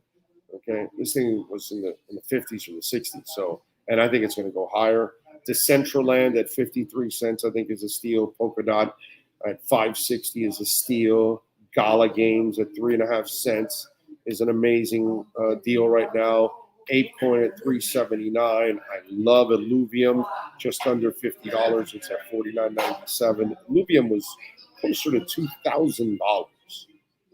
Okay, there's a lot of good deals right now. A lot of good deals right now in the crypto market. Look, like I tell you guys, if you're a beginner, you grab your pie, okay? I don't care if it's $10, $100, $500, $1,000, $10,000. Whatever it is that you can afford, bless you, man. Okay? Do it. But this is what I would do. 40% of whatever the pie is, put it into Bitcoin. 30%, put it into Ethereum. And then 10% Avalanche, 10% Polygon, 10% Cardano, 10% what's it called? Decentraland, things like that. Those that I talked about, you put 10% in those. Pick any three you want of the ones that I talked about. Okay? And if you want me to give you three that I would like, okay, which are the three you would pick? Oh, I would pick Polygon, Immutable X, and Cosmos. Okay? Those three. Put the 10% in. And then every time you have a little extra money, discretionary income, whatever it is, break the pie down again in that. You have an extra $15, an extra $50, or an extra $500, 40% of Bitcoin, 30% of Ethereum, 10, 10, and 10. Keep doing it. You will remember me. So those of you that already went with me on the dip, you're already in the green because the bull runs kind of started a little bit. Like we've had a little bit of a bull run. So those of us that were able to buy all the way in the bottom, and it's gone up a little bit, but still, there's a lot more to go. A lot more to go. And so, yeah, you're not even close to being late, to be quite honest. Okay? All right, what else do we have here? Do you dollar cost average on crypto or just buy in bulk when you see an opportunity? Both. If there's a major dip on something, I will bulk buy into it. And I always dollar cost. I dollar cost with Bitcoin. I dollar cost all the way down to 16,500. And I've dollar cost up. Okay? So, yeah. I don't mind that. You gotta dollar cost average. That's the way to do it, man. That's the only way to do it. And, if there's good moments, like right now, I see Illuvium under $50 and I think it's steal. Okay. I see Polygon under $1, steal. I see Immutable X around 90 cents. Those are all bulk buys, in other words, what I would do with those. All right, let's get to it. Alan Poupart's ready to go. Let's talk a little Dolphins football with Sports Illustrated own Alan Poupart. Dolphins fans, time to get insight on your favorite team with your favorite reporter with an exposed hat. Sports Illustrated's Alan Poupart in our EJDconstruction.com Miami Dolphins report exclusively on a Big O radio show. All right, there he is. How you feeling, my man? You feeling good? Yeah, a little tired, but I'll get over it. You'll get over it? The draft wore you out, all those picks. Exactly. I have very low tolerance. Did you go for round one and hang out there? No. Or did okay, yeah. You stayed home and just said, all right, whatever happens, we'll handle it virtually from there, right? That's it. Yeah, I'm sure. Yeah, if they had traded into the first round somehow, everything would have been done. Hell, that's how things were done for what I know in 2020, 2021 also, I believe so. Yeah. That's always a way to get it done. Yeah, no, I'm with you there. What'd you think of Mike McDaniel's comments to Raheem Mostert? You and I have covered a whole bunch of coaches and managers and all kinds of sports. And we've run into the coaches that are kind of hard-headed and, kind of set in their ways no matter what happens. Sometimes they won't flinch or change ways. And McDaniel had his stubbornness at times throughout last year with certain things in Gesicki. And then the running game was one of those things that he went away from it. But when Mostert shared with you guys his apology and he kind of told us also in another press conference, I remember when he said, that, he was, self-critical about giving up on the run too soon, which that was one of my main critiques of his, last year. Your thoughts on that? Because, dude, it's like watching Ted Lasso. He does things that coaches you never see do, or you'll never see in public or whatever. And so this is kind of like a Ted Lasso moment. I don't know if you watched Ted Lasso, but it was. You don't? You should, bro. No, I know I should. Everybody keeps talking about how great it is. Great show. But it was kind of a Ted Lasso thing that coaches just don't give you the mea culpas, out there. And like, I screwed up here. I should have done this. So your thoughts on that? Yeah, I mean, he's obviously very different as a head coach. He's not your cookie cutter head coach. My way or the highway, and this is how it's done, and this is, you're gonna like it, and if you don't like it, then that's tough. And that's part of the reason. I mean, Mostert, as he pointed out, has been with him for a while now, going back to their San Francisco days.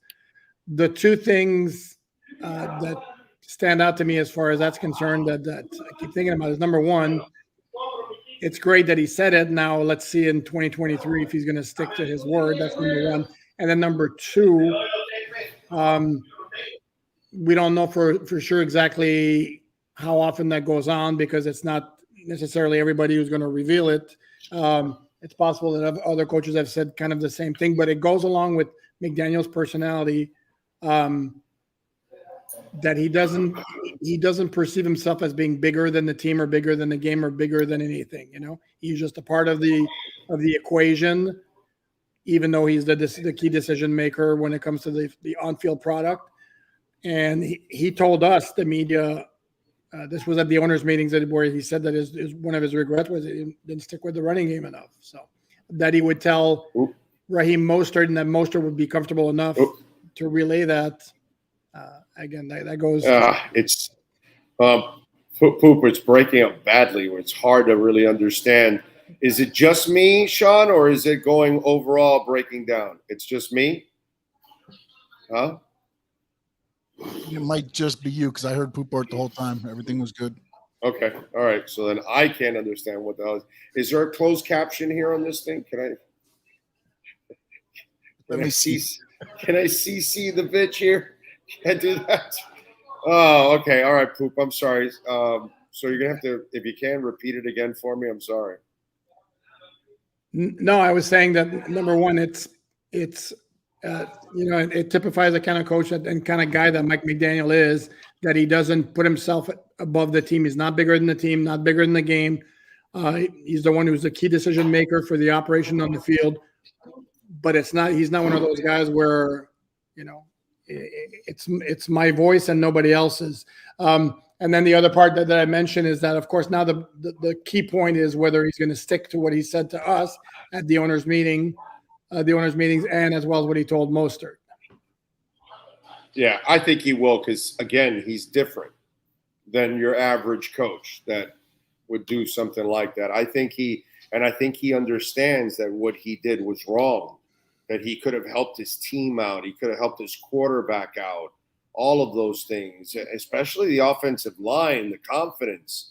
When you're gouging a team for 7 or 9 yards a carry, dude, don't go away from that. Keep pounding the crap out of them. I mean, you've covered this long enough, just like I have. I've been in plenty of locker rooms. Offensive linemen to a man will tell you they love to run block. Yep. They hate pass blocking more often than not, because they're the ones taking all the hits during the pass blocking. When they're run blocking, it's up to them to put the hits on people, and they freaking love it. And so when you get those big dudes downhill, oh man, they're eating it up. And there were moments in that Buffalo and that Green Bay game that just drove me crazy. It's like, man, especially that second Buffalo game, I think you could have won the game with certain decisions there. Obviously, some plays needed to be made by Sherfield and Hill and Braylon Sanders and all that, but the running game could have been so huge in that game. No, and the other factor when it comes to the offensive lineman and run blocking is, if you're run blocking, you're going in attack mode and you're dictating the physicality of it, whereas you're pass protecting, you're backtracking and you're waiting for the guy to see what he does. So, yeah, no, it makes a lot of sense why it would be so much more enjoyable for those big guys up front to prefer run blocking. I'm with you there. What do you? I asked Marcel this. I'll ask you this. What do you know now that you didn't know about any of the draft picks that you like or don't like?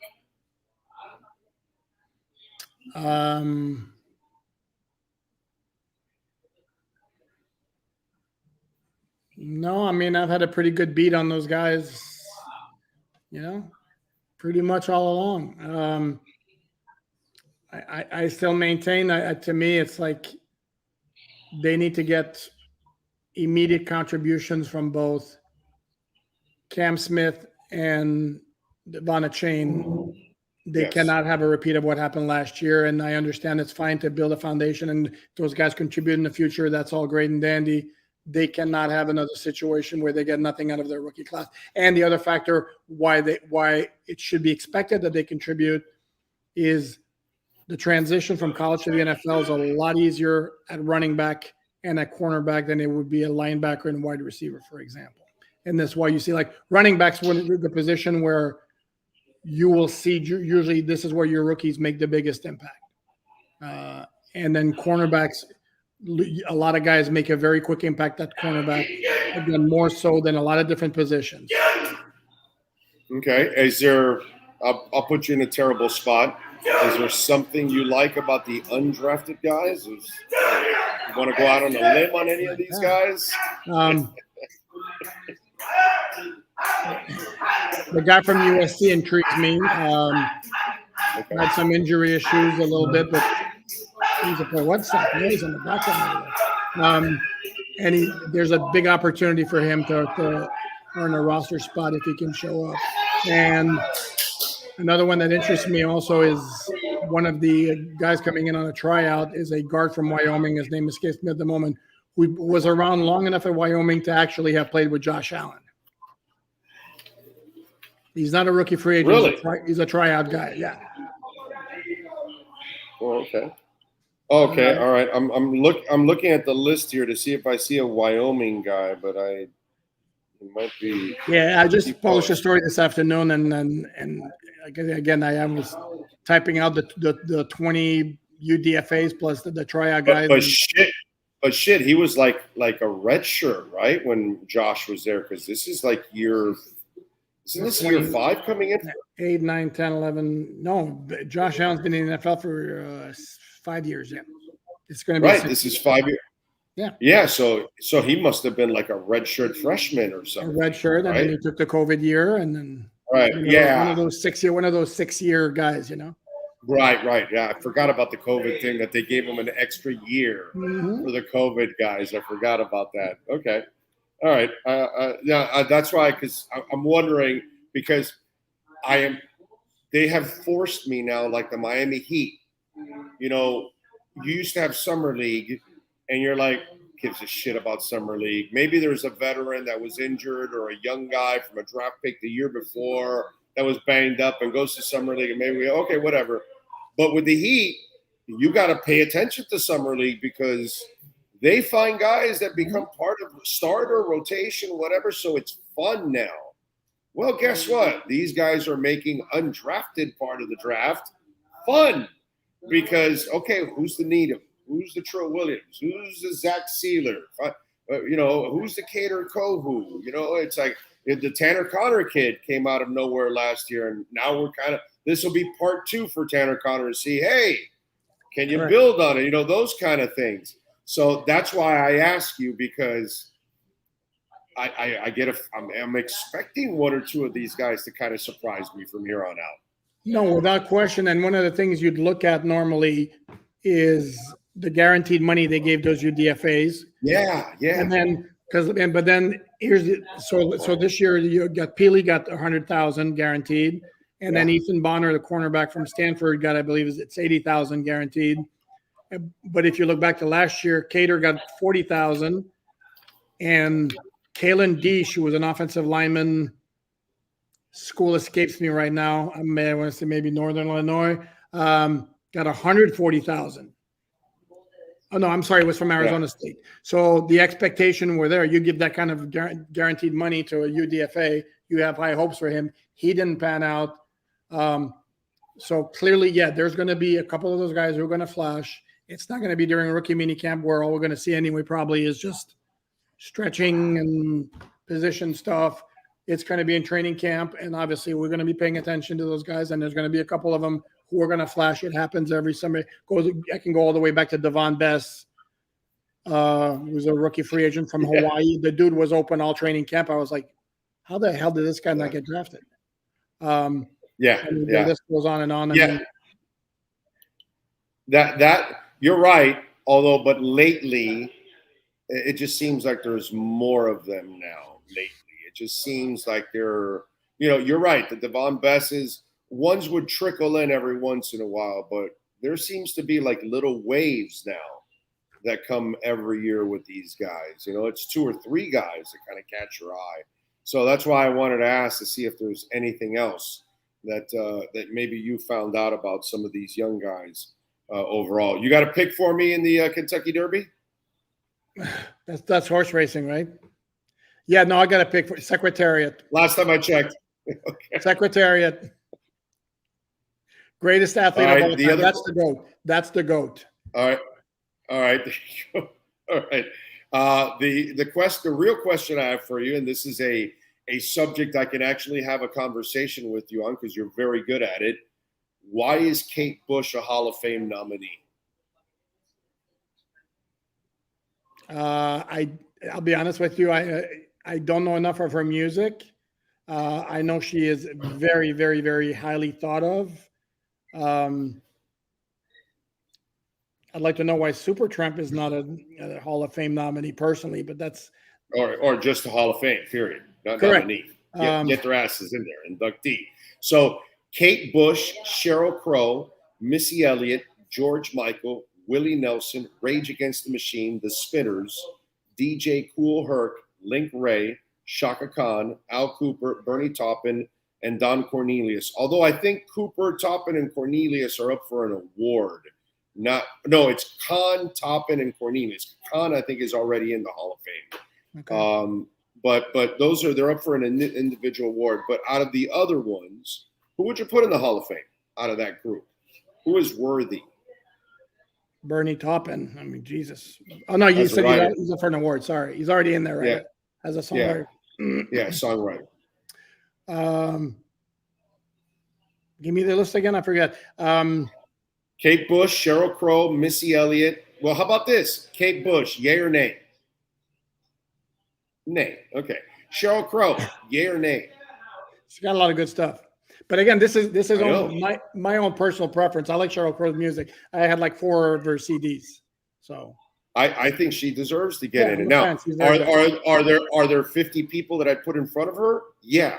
Yeah. Okay. Yeah. I put Maiden and the Scorpions and Supertramp and Motorhead and Bryan Adams and Anthrax and B-52s and Bad Company and Crosby, Stills and Nash and Phil Collins and Boston and Emerson, Lake and Palmer and Dio and John Fogerty and Foreigner and Sammy Hagar and Don Henley and Billy Idol, In Excess, REO Speedwagon, Styx, Soundgarden. I'd put them all in front of her, but I'd still put Sheryl Crow in there. I get it. Missy Elliott, yay or nay?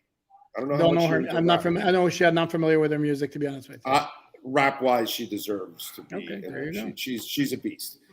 George Michael, very impressive. You got to, definitely. Willie Nelson, right? Absolutely. Rage Against the Machine. I don't have a problem with Rage Against the Machine either. I don't even know my wheelhouse, but okay, but still, they're pretty damn good. The Spinners. How are they not even in the Hall of Fame, bro? Like, why is it in 2023 you're now thinking of the Spinners into the rock and roll? Why didn't we go through this chronologically? Is the other thing I don't understand. No, and it's weird, and it's why aren't we putting in the older bands first so we could catch as many like I did mention to you, Phil Collins. The poor man physically is breaking down before our eyes. Mm-hmm. When are we going to induct him? When he's dead? Like, that's no fun, dude. Let's get Phil Collins into the Rock and Roll Hall of Fame when he's still alive and around, dude. You know what I mean? it doesn't make. Look, we lost Lemmy, and Motorhead deserves to be there, but he'll never get to actually live the honor out because Lemmy's no longer with us. But there's a lot of those artists who actually don't even want any part of it. It's got a bad reputation among a lot of artists. If you read up, there are a lot of issues with it. Yeah. No, you're right. All right, what do you got going on Sports Illustrated so folks can check you out? What do we got going on? Stuff about the rookie meeting. Well, you just got a video out with you and Omar. I know that. We did a podcast today where we recapped the draft. Talked about Austin and Noah, not so much about the 5th-year option because we knew that wasn't going to get picked up, but about their future and their potential of what's going to be happening. By the way, I'll bust Omar's balls when he comes on tomorrow. He's got this whole thing. I watched your video. He got this whole thing about he's so entrenched with blocking and tight ends. And he's like, well, I don't know if this Higgins guy is a big receiver or they're really going to make him a tight end. It's like, yo, Omar, the Tanner Connor kid and this guy, they're going to be offline tight ends. They don't have to block. And by the way, and I think you told him in your discussion, there's only a couple of those guys in the league. He makes it sound like it's the easiest thing. Like, let me go get a low-hanging fruit. I'll get this tight end that can block and catch like a beast. Just like 5 of those guys in the entire league. Nobody else has them. 5 teams have those guys. He's got to get off of that. He's got to understand that this league uses some tight ends as just receivers, and then they're blessed to have some of the tight ends that are dual threats that they can block and catch. And then there are some guys that can only block, period. Just the way it goes. And the point I keep making with Omar, and I'll make it with anybody, is I would argue that no offense in the entire NFL is less reliant on having a stud tight end than the Dolphins. That's not how this offense is built. It's built around speed, and usually your tight end is not your speed guy in the passing game. So, hey, dude, the day he can draft a Kittle, I'm sure he's going to do it. I'm sure he's going to tell Greer, get that guy. Exactly. I want him. And then he'll go get him. But at the moment, you got to go with what you can do. And, obviously the Higgins and A-Chain thing just tells you all you need to know. The dude is all about bringing speed all over the place. No, correct. And here's the thing is, to me, the philosophy all changed. Like Tyreek was a game changer because that's been reported. In fact, Drew put it out there that they had exploratory talks with the Raiders last year, early in the offseason, about Darren Waller. Well, then they got Tyreek, and it's like everything changed. Gesicki becomes a non-factor. Cedric Wilson becomes a non-factor. Now it's all about maximizing the crazy speed on the outside and building all around it. And that does not necessitate having a stud tight ends. That's why Gesicki became, again, such a non-factor. Yeah, and the beauty is now with A-Chain, with Tyreek, Waddle, and even Mostert, you have 4 guys on the field that at any time they touch the ball, they easily can house it. It's crazy speed. That's scary shit for defenses out there when they do that. That's going to be a lot of fun. All right, follow them on Twitter at Poupart NFL. And remember, folks, we tell you every week, you are not an official Dolphins fan if you don't bookmark alldolphins.com. That's the law. DeSantis, he made it law. I'm just saying. Okay, that's all. We're going to tell you. It's law. One more quick thing, if I may. Big O, one more quick thing, if I may. Go ahead. Yeah. You see my Twitter handle right there? I'm going to do a mailbag this weekend, so anybody can pop up some questions at that Twitter handle. There you go. So send in the mailbag, baby, at Poupart NFL. Alan, have a fantastic weekend, my friend. We will catch up on Monday. Thank you. Sounds like a plan. Have a great weekend. You got it. EJD Construction, man. Call my guy, Eric. He knows how to get it done. Major home construction, major home remodeling. You want to build an entire house. You need to build a second floor, half a house, an extra room. He is remediating one of our listeners. They had a fire in their home. He had to remediate and gut the whole thing out to rebuild everything inside, folks. We've told you many times, we've had listeners that have built kitchens and barbecues in their backyards and observation decks, which I think is the coolest thing out there. All kinds of things. Okay. We just got a listener now actually that reached out, and he's going down and he's actually building a efficiency there for them on their property because they want to start maximizing their big yard, and they're going to make a little extra money with that efficiency. So you can do the same thing, man. Call the great people at EJD Construction. I'm going to give you the owner's personal cell number, 305-433-4843. Save it on that cell phone. They've got a AAA plus rating from the Better Business Bureau, 305-433-4843. Go to the website, or better yet, go to the Instagram page, EJD Construction, and check out a lot of the work that they've done and they can do for you. You want to modernize that kitchen, you want to make a killer man cave, then call them. Custom work, they can do it all for you. 305-433-4843. You've been listening to the EJDConstruction.com Miami Dolphins Report with Sports Illustrated's Alan Poupart. For additions, home remodeling, and custom work, call Eric at 305-433-4843. EJDConstruction.com is your custom home builder and general contractor you can trust. 305-433-4843. We're back as always out here at Hialeah Park. We're at the Champions Simulcast Center. This is where you want to be tomorrow and Friday and Saturday, because we've got the Kentucky Derby. I told you, since I'm a Hurricane, I'm going Raise Cane, 31-1. Yeah, I'm going with a real long shot. Yeah, if you're gonna win, you got to win big, dude. You know what I'm saying? That's just kind of the way it is. And they've got all kinds of stuff going on down here. Kentucky Derby celebration on the 6th. Southern fried chicken, cornbread, mashed potatoes and gravy, biscuit, corn on the cob, and a little pecan pie, all for $8.50.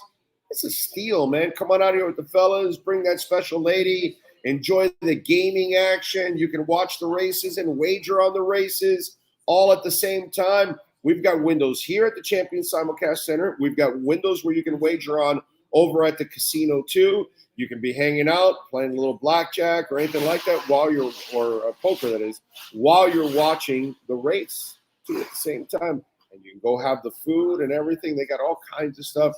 They've got a Mother's Day special going on also, so you can take advantage too. Mother's Day Sunday, May 14th, folks. Oh, man. Spring mix and romaine salad with dressing. Classic Caesar salad or Greek salad. You can also add Italian meatballs and marinara sauce. Shrimp primavera. We've got grilled salmon. Hand-carved New York sirloin. I'll have some of that. Spaghetti and marinara sauce. Yellow rice. Roasted potatoes. Steamed broccoli. Steamed baby carrots. Assorted fresh baked muffins. Brownies. Fresh baked chocolate chip cookies. Fresh fruit and cheese. Free ice cream for mom and kids. Complimentary mimosas, Bellinis, or Bloody Marys. Only $55 per person. $20 for children 10 and under. That is one hell of a brunch. So come on out and enjoy it. Bring that mom of yours, that wife of yours on the 14th out here, man, and enjoy it. Love it. Got the Panthers in action tonight, 7-10. Maple Leafs are favored by 1.5 goals. Over and under is 6.5. Kind of like taking the Panthers and the 1.5 here. The Panthers aren't going to go in there afraid. They're not going to go in there satisfied. They're going to try to win. They got dogs on that team. I don't think the Maple Leafs are going to blow them out, man. I really don't. Celtics beat the Sixers. They got their revenge, 121-87. The Sixers definitely looked like a team that was happy to get the split and let's go home. That's what they looked like last night. Tonight, you got the Warriors by 6 against the Lakers. Lakers are leading 1-0 here in this series. Marlins get routed by the Braves 14-6. They're one game above 500. Still doing pretty good, man. You know, I mean, it's early, and we'll see what they are in a couple of months, and you'll really know who they are. I think they're the team that's going to struggle to stay 500. They'll be a little under 500. That's kind of who they're going to be. But hey, man, not a bad start so far. Sanchez had a 2-run homer yesterday, his second on the year. Braxton Garrett was a losing pick. Braxton Garrett went 4 1/3. He allowed 14 hits and 11 earned runs. That's bad, dude. That is bad. And at 4:10 today, which it's already going on because it's 5 o'clock, Braves, Dylan Dodd and Jesus Luzardo on the mound. I don't even know. Let me see what's going on in that game right now. Let's give you an update on the Marlins, just in case for those of you that actually give a crap, which I know there aren't too many of you out there that care too much, overall. But I'll give you a score in just a second as we pull that up. What else do we have going on?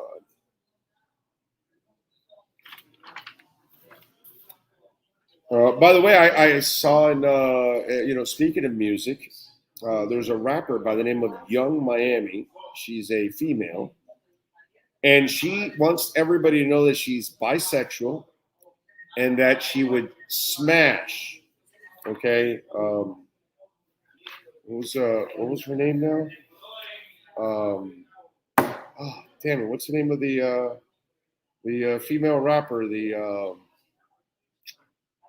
I thought it was kind of funny, but the reason why I bring it up, and I just find it kind of interesting. Why does anybody have to? Why do we have to have people declare their sexuality? Why do we have to find out about something? Why do we need to know if somebody's gay, straight, bisexual, whatever? You know what I'm saying? Like, what the hell does it matter? You know what I mean? If you're going to hang out with your friend, that's it. Whatever, it's your friend. Who cares what their private life is like? I don't care. I kind of feel bad for people that have to go out there and declare. Like, I think she was doing it on a show for fun and all that. And saying that she would smash the what's the name of the female rapper, bro? I keep forgetting her damn name. Super popular, bro. Thick girl. What's her name? Got a hell of a body. What's her name? Somebody help. Megan Thee Stallion. That's it. Megan Thee Stallion. Here it is. She was on the Jason Lee show. Okay. And so they asked her about Smash or Pass segment. And so they asked her about Megan.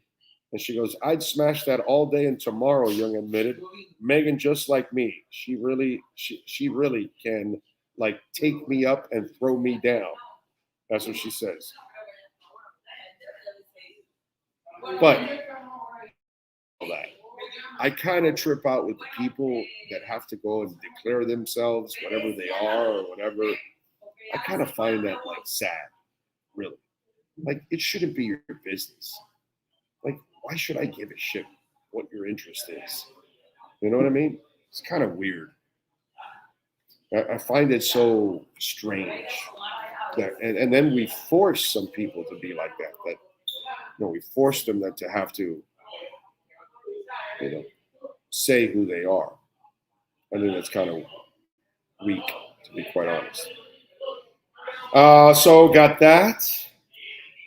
What else do we have going on? How about a little music history and a little Def Leppard, by the way? Any of our friends in the UK listening? Anybody in Sheffield right now? Def Leppard will live stream a rare club show performance from their hometown of Sheffield in the UK on May 19th on the eve of the band's biggest ever European tour and launch of a new album, Drastic Symphonies. Def Leppard are set to play a one-off gig at the iconic 850-seat capacity venue, the Lead Mill. I would love to go to that. God, that would be so cool to go to that event. Leppard, such a small place. Billed as the most intimate show the band has ever played in the UK or Europe in 35 years, the set list will be one for one night only, Unique to this show and different to the set list, the band will play 3 days later when they start the UK European tour at a sold-out Sheffield United Bramall Lane on May 22nd. The band are looking to shine a light on the lead mill, a vital part of Sheffield and national UK music scene amongst many of the small UK music venues. Whatever, anyways. So I think that's a really cool thing. And I wish Leopard would have toured this last time. I hope they come here to the U.S. with the new album, because I didn't see them the last time around because they were touring with Motley Crue. And the prices were ridiculous, and Motley Crue cannot perform. They are stealing money from people, and I was not going to pay those ridiculous prices just because I wanted to see Def Leppard and not Motley Crue. So I wasn't going to give my hard-earned money to Motley Crue when they don't deserve it anymore. So I was hoping that Def Leppard would come back to South Florida solo so I can go, because Joe Elliott can still sing. He still sounds good. The band still sounds good. But Motley Crue is stealing money. And so that's why I didn't see them the last time when they came. But and they're going to stream that show from the small venue. So that's actually going to be a cool thing. I'm gonna definitely watch that on the 20th of May. And just to give you a little music history on this date, let's go over it. In '97, on this date, Courtney Love put an ad in a Seattle Times paper selling the house she had shared with Kurt Cobain. The 5-bedroom, 4-bath house had a listed price of $3 million. The carriage house where Kurt died had been knocked down when the place was refurbished. In '59, on this date, the first ever Grammy Awards took place in L.A. Mort Shaw hosted the event, which saw Harry Mancini's The Music from Peter Gunn win Album of the Year. In '74, on this date, Grand Funk Railroad started a 2-week run at #1 on the charts with their cover of Little Eva's The Locomotion. I still remember having that 45. You know that? Still remember having that 45 in '74. And replaying that 45 over and over again. Locomotion. In 2012, on this date, Beastie Boys' Adam Yauch passed away from cancer at the age of 49. Can we solve that cancer crap? It cost so many of us lives. It's touched all of us in a bad way. In '73, on this date, Led Zeppelin kicked off their North American tour, which at the time became the biggest and most profitable rock and roll U.S. tour. Listen to this. During their trek, they traveled in a Boeing 720 jet that boasted a bar, a shower, a 30-foot lounge, and a white fur bedroom. The jaunt grossed over $4 million. U2 gets that in one appearance at one stadium. That was for an entire tour for Led Zeppelin in '73. Okay? Beyonce makes that in one show at a stadium. Okay? What's Taylor Swift makes that $4 million in one show at a stadium. It took Led Zeppelin an entire tour to make $4 million. And not one of them gets $4 million. They had to break that money up amongst a whole bunch of people. Yeah, that's crazy. Okay. In 1970, on this date, the National Guard killed 4 students and wounded 11 during an anti-Vietnam War protest at Ohio's Kent State University. Soon after, Neil Young went into the studio with the rest of Crosby, Stills, Nash & Young and recorded the Ode to the Tragedy, Ohio. And that is what happened today in music history. There you go. Smash it, young Miami. Smash it.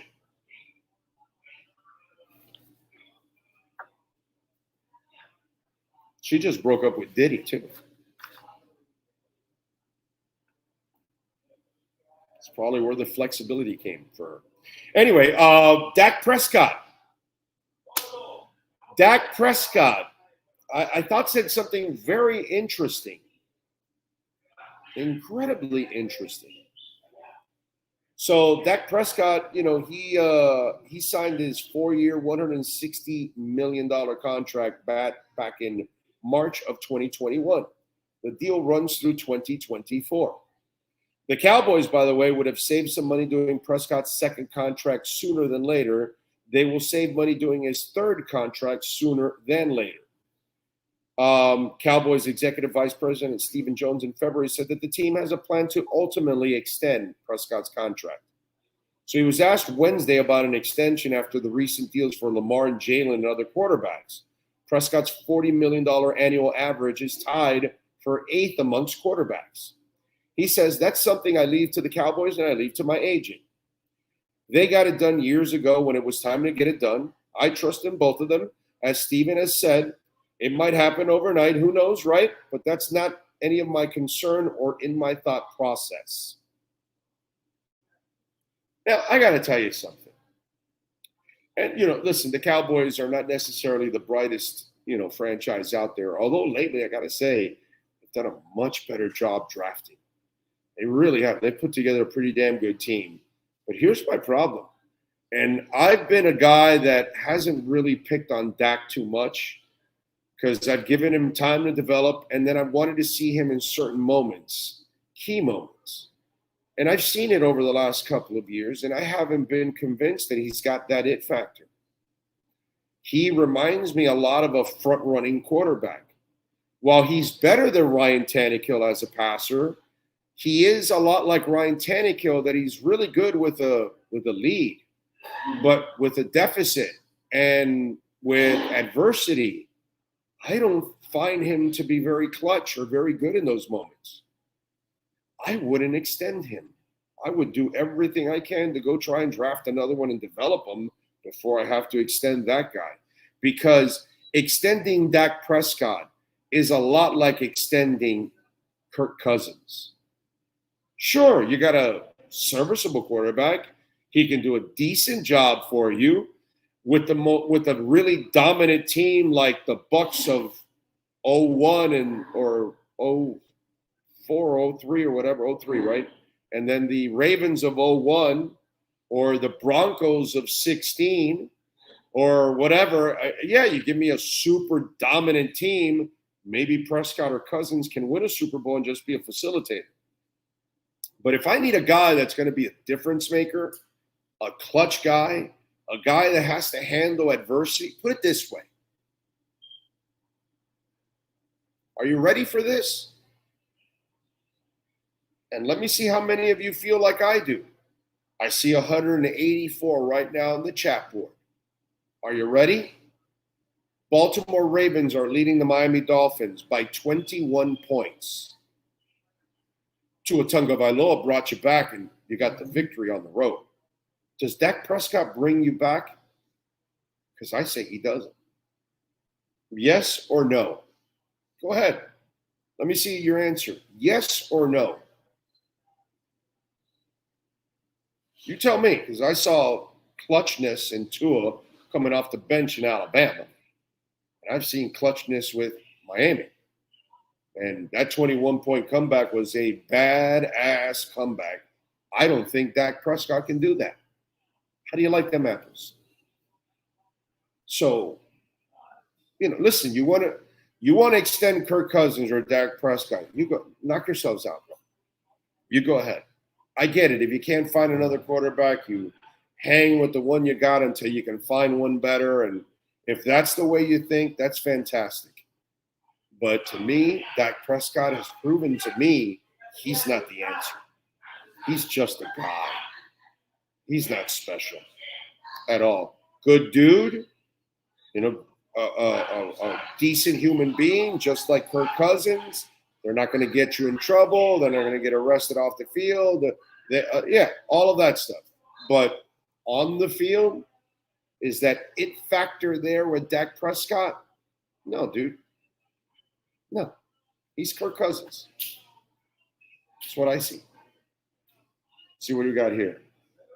Choke me.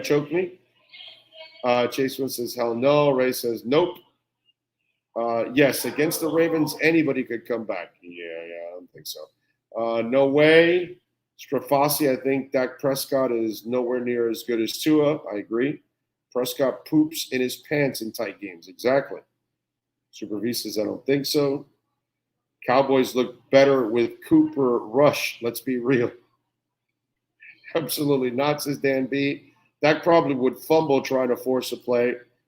EJ Barrow says, yes. Wow. Surprised. Brian says, nope. Ray says, no. He just says, Tua is a cold-blooded assassin. That he is. And let's not forget, Prescott has had one of the best O-line receiving cores and running game his whole career. Yeah, he has. Way better than Tua. He's had a much better offensive line than Tua his entire career. That's for sure. Shit, man, you give Tua a great offensive line, and I don't know how you stop him. How do you like them apples? Yeah, I just said that. I don't know how you stop him. I really don't. It's like Cutter's Edge Pro. How do you stop those guys? They're all over South Florida, Dade, Broward, Palm Beach counties, dominating, getting it done. Home, office, condominium, you name it. Call them 954-472-0622. Folks, I put up pictures and videos all the time of the work they've done at our home. And then not only that, man, the streets are just not that, safe at times. And if anything, you should make your home more of an oasis, a place to hang out, a place to enjoy yourself. In fact, I was just telling a friend of mine that the other night that, we're trying to just create things at home now and try to find things that we can bring into the home and the yard and everything. And the best thing I ever did was Cutter's Edge Pro, because the backyard now is a place to hang out. The artificial turf is impeccable, and the dogs are constantly having fun, and they're never bringing any dirt or mud into the house. I'm never bringing any dirt or mud into the house or any footprints or anything, so I never have to hear my wife yelling at me, hey, I just cleaned the floors. What the hell are you doing? That kind of stuff. It's a beautiful thing, man, and it's so easy to maintain. You're not watering or cutting the grass every 10 to 14 days. So you're going to save hundreds and thousands in the long run. So it's going to pay off for itself. And then the landscaping just changes everything. You add the trees, you add everything, you add shade. It's just a beautiful thing, man. And then, listen, the compliments that you're going to get from your neighbors. All of our neighbors in the cul-de-sac have stopped by to compliment us because of what Cutter's Edge Pro has done for us. So if you want to change your home right now, you're not happy with the way it looks, and you're going, you know what, landscaping would do it. Not only would it do it, it would also increase the value of your home. So whether it's tree trimming or removals, and don't do it yourself if they're up near the roof or power lines or things like that, have professionals remove all those trees for you, folks. Landscape design, outdoor lighting, irrigation, synthetic turf, they do it all. Take your business, take your HOA, condominium, take your home to the next level. Call my friends at Cutter's Edge Pro. Go to the Instagram page so you can check out a lot of the work that they've done. They even do putting greens. I got one in my home on the side of my house where I can work on my short game, and I play with my wife, my daughter all the time. We play a little golfing with the short game. We have some fun. We play 1 par, 2 par. It's really a lot of fun, man. It's just, that's what you want to do with your home. You want to try to create more things to stay at home and hang out with friends and family members and just create more of a safe environment for you at home. Call the great people at Cutter's Edge Pro. I promise you, they will take care of you. Call William or Mike, 954-472-0622. All right. What else do we have going on in the world of sports? I got to tell you, you guys know, if you followed the show a long time, I haven't necessarily been Mr. Positive about the Miami Dolphins over the last 20 years before Chris Greer and really before Chris Greer fully took over. Not with Tannenbaum and Gase, I was still kind of iffy. But once you fired those guys and Greer was able to take over and added McKenzie and Marvin Allen, those guys, I've kind of been, on the bandwagon from there. But for 20 years prior to that, I wasn't convinced much of anything. The coaches or the front office or players or the quarterback. I was very unhappy with the direction of the Dolphins on a consistent basis. I'm incredibly happy in the direction that they're going now, and I think they're building something that's going to end up with a championship for you guys out there. I really believe that. And one of the reasons why you're also going to get there is because of your head coach, Mike McDaniel. And I've watched coaches start off strong here. Sperano, Gase, Flo. Well, his first year wasn't too strong, but, second and third, he picked it up. And then kind of start to fizzle out. And even Wannstedt kind of started strong too, picking up from Jimmy and all those guys, and kind of fizzled out. I don't think that's going to be the case here. I think you have a coach that understands pro football now, understands wait a minute. Are you guys hearing me, by the way? I just want to make sure. Yeah? Okay. Understands everything, okay? Understands the game, understands offense at this level, understands players, all of those kind of things, right? And what he did this week with Raheem Mostert shows you that you have a guy that's going to learn from his mistakes and is going to get better and build on it. And sure, it's going to get better because hopefully the offensive line will get better. It's going to get better because Tua's in his second year. It's going to get better because everybody's in this offense for a second year. All those things I expect. It's going to get better because you added more speed in the backfield with A-Chain. It's going to get better because hopefully you'll get more out of the tight end spot this year. All of those kind of things. But it's going to ultimately get better because Mike McDaniel understands what he has to do. And what he told Raheem Mostert this past week, or Mostert told us, from the closing meetings, that he apologized to him for not staying with the run and not using it more. That's another example why the Miami Dolphins have the right coach and the guy to take them to that championship level that nobody's been able to do for years, for decades. And I truly believe that. I truly believe it because they've got the front office that can build it, and I believe they've got the coach now.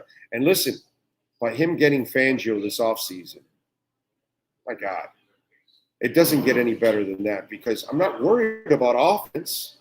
I know it's going to get better. It was great last year. It'll get even better. I'm not worried about that, but I am worried about the defense. And then you go and get Fangio. That just shows me that a young guy like that, to have the juice to be able to bring one of the three best defensive coordinators in the NFL, that's amazing. But then to have the level of professionalism, to want to do your job at the highest level. But the only way you're ever going to do that is by actually doing the right thing and not being selfish and not being self-centered and not being ignorant. And by him telling Mostert that he made a mistake by not staying with the running game, I think that bodes well for the team. I think it's going to make this offense even scarier next year. If you give Tua a better running game, your quarterback becomes that much more dangerous. Less people can rush him. They got to worry more about the run. They've got to be on their heels. You're not going to be able to flood the middle of the field like they did with the Chargers and the San Francisco 49ers because your linebackers have to come up and support the run. They can't drop back anymore. And I know what he's doing because also the other thing that I'm trying to explain to people, if it works, because it's an experiment, Higgins, right? And then you're talking about Tanner Conner. If this experiment works and one of those two gentlemen make this team, because I don't think both will make the team. I hope Tanner Conner understands this. There aren't enough spots for both guys. One of those guys is going to be your offline tight end. And if that guy, both guys bring speed to the table, that's another reason why you won't be able to flood the middle of the field either. But what he told Mostert, to me, that tells me that this is the right guy. This guy gets it, and egoless too, because when he brings a quarterbacks coach who has more experience than he does 10 times over, that's huge. That's enormous. That's a guy that could be his own offensive coordinator in this league. And maybe he will be eventually. And by the way, the fact that he had a chance to go but stayed, that was also huge for Mike McDaniel. Don't forget, you can make a donation through Cash App or Venmo at Cash Big O Show. That is Cash Big O Show at Cash App or Venmo, of course. And you can make a Bitcoin donation like my man Isais did today. He made a Bitcoin donation. Love that, bro. Those are my favorite donations right there. A Bitcoin donation. That thing's about to pop in a big time way. Thank you, Isais. Appreciate it. Let me see. What else do we have going on? Let's see. Thank you, Big O. Tua is the top 10 QB when healthy and top 5 when he has time. Go Panthers. Yes, sir. Big O, check out the show about the story of former NBA player Brian Williams, a.k.a. Bison Deli. It was awesome. Okay. I'll check it out. I remember Brian Williams. I remember Bison Deli. Dougie Fresh says, Emmett played at my high school and saw every game he played through his UF days. Yes, he's great. Make no mistake, half of his Hall of Fame career is due to that wall he had. Yeah, of course, he had it. One of the best offensive lines ever. Let's see. What else do we have here? Olindo Mare went to my high school. That's our claim to fame. Have I ever told you that the DUI story of Olindo Mare?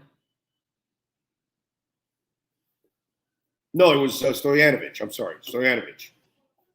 So Stoyo is arrested for DUI. Back in the day, if you remember when Stoyo played, it was a different world then.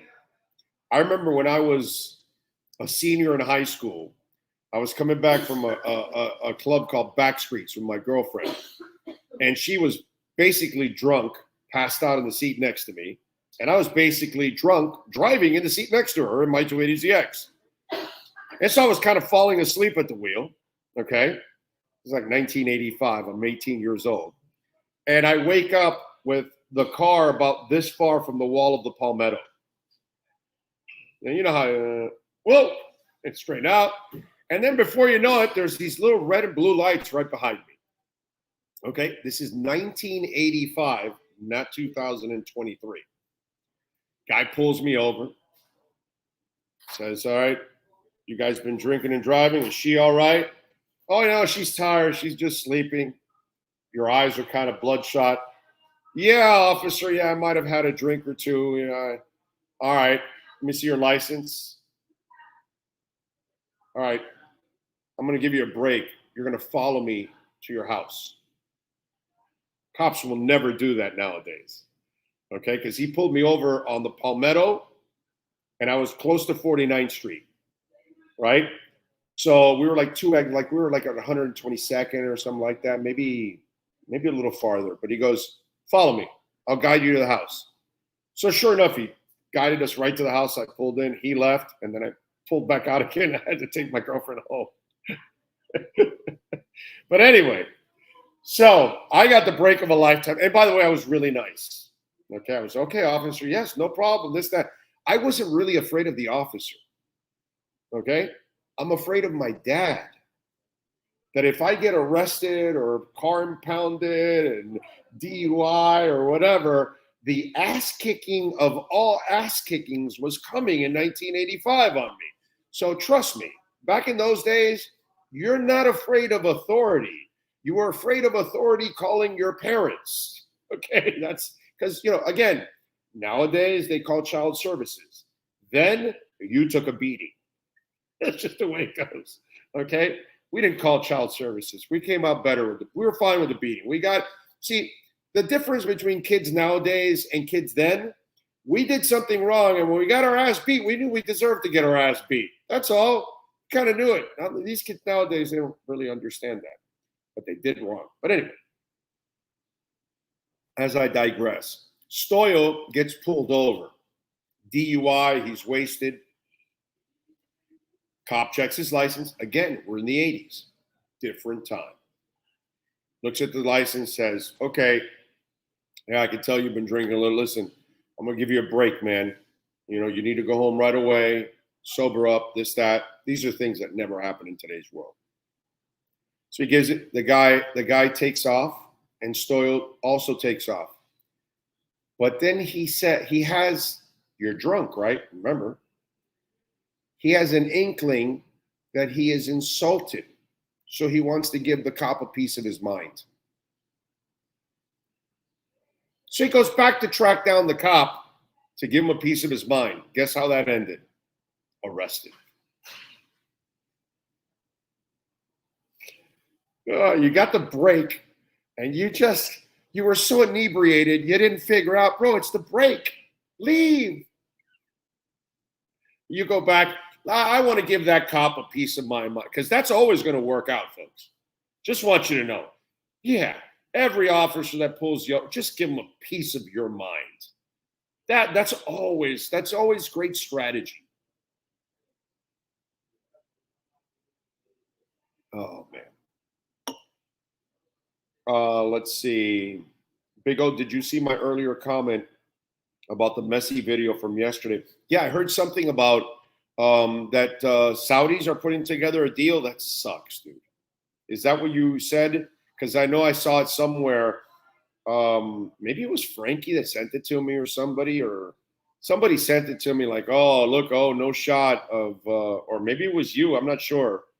But I saw something somewhere yesterday. Somebody sent me that apparently Saudi Arabia might be putting together a deal, which that's depressing, because then we're not really going to have a good season. Because the way the team is currently built, I don't see them having any kind of success right now. The Joseph Martinez move has been a disaster. Holy moly. So I have no idea. Let's see. No Messi to Inter Miami. Yep.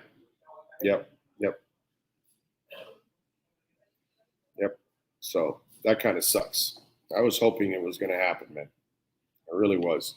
Don't forget, folks, tomorrow, come on out here at the Champions Simulcast Center and make your wager. And then, of course, on Saturday, we've got the Kentucky Derby, the 149th running of the Kentucky Derby.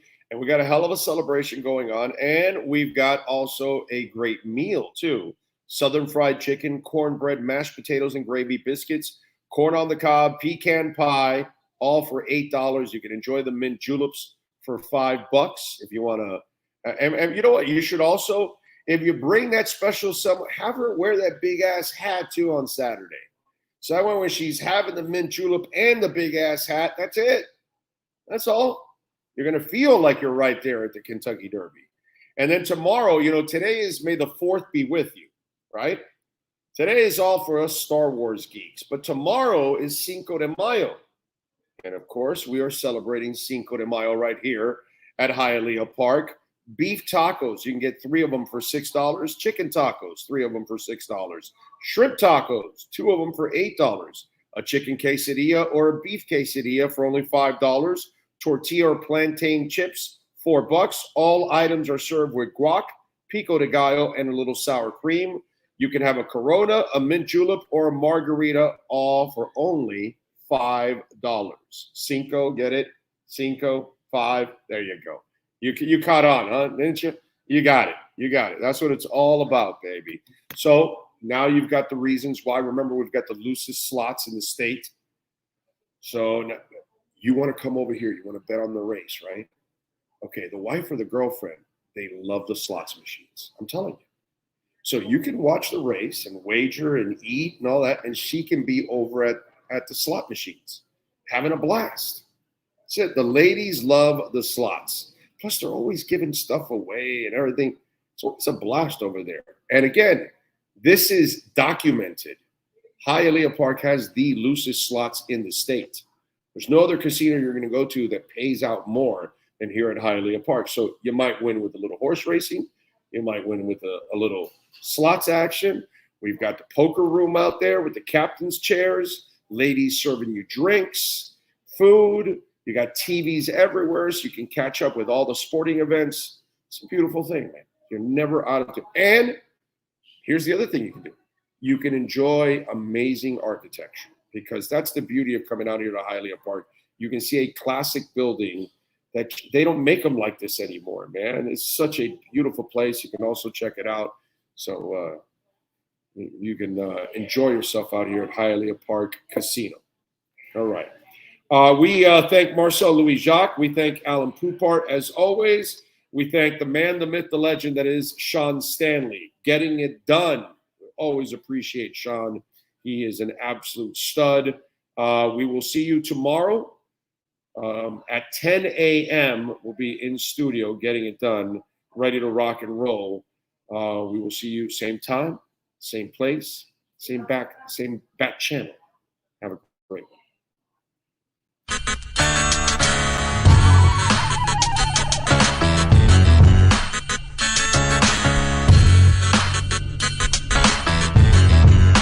This is the Big O Show. This is the Big O Show.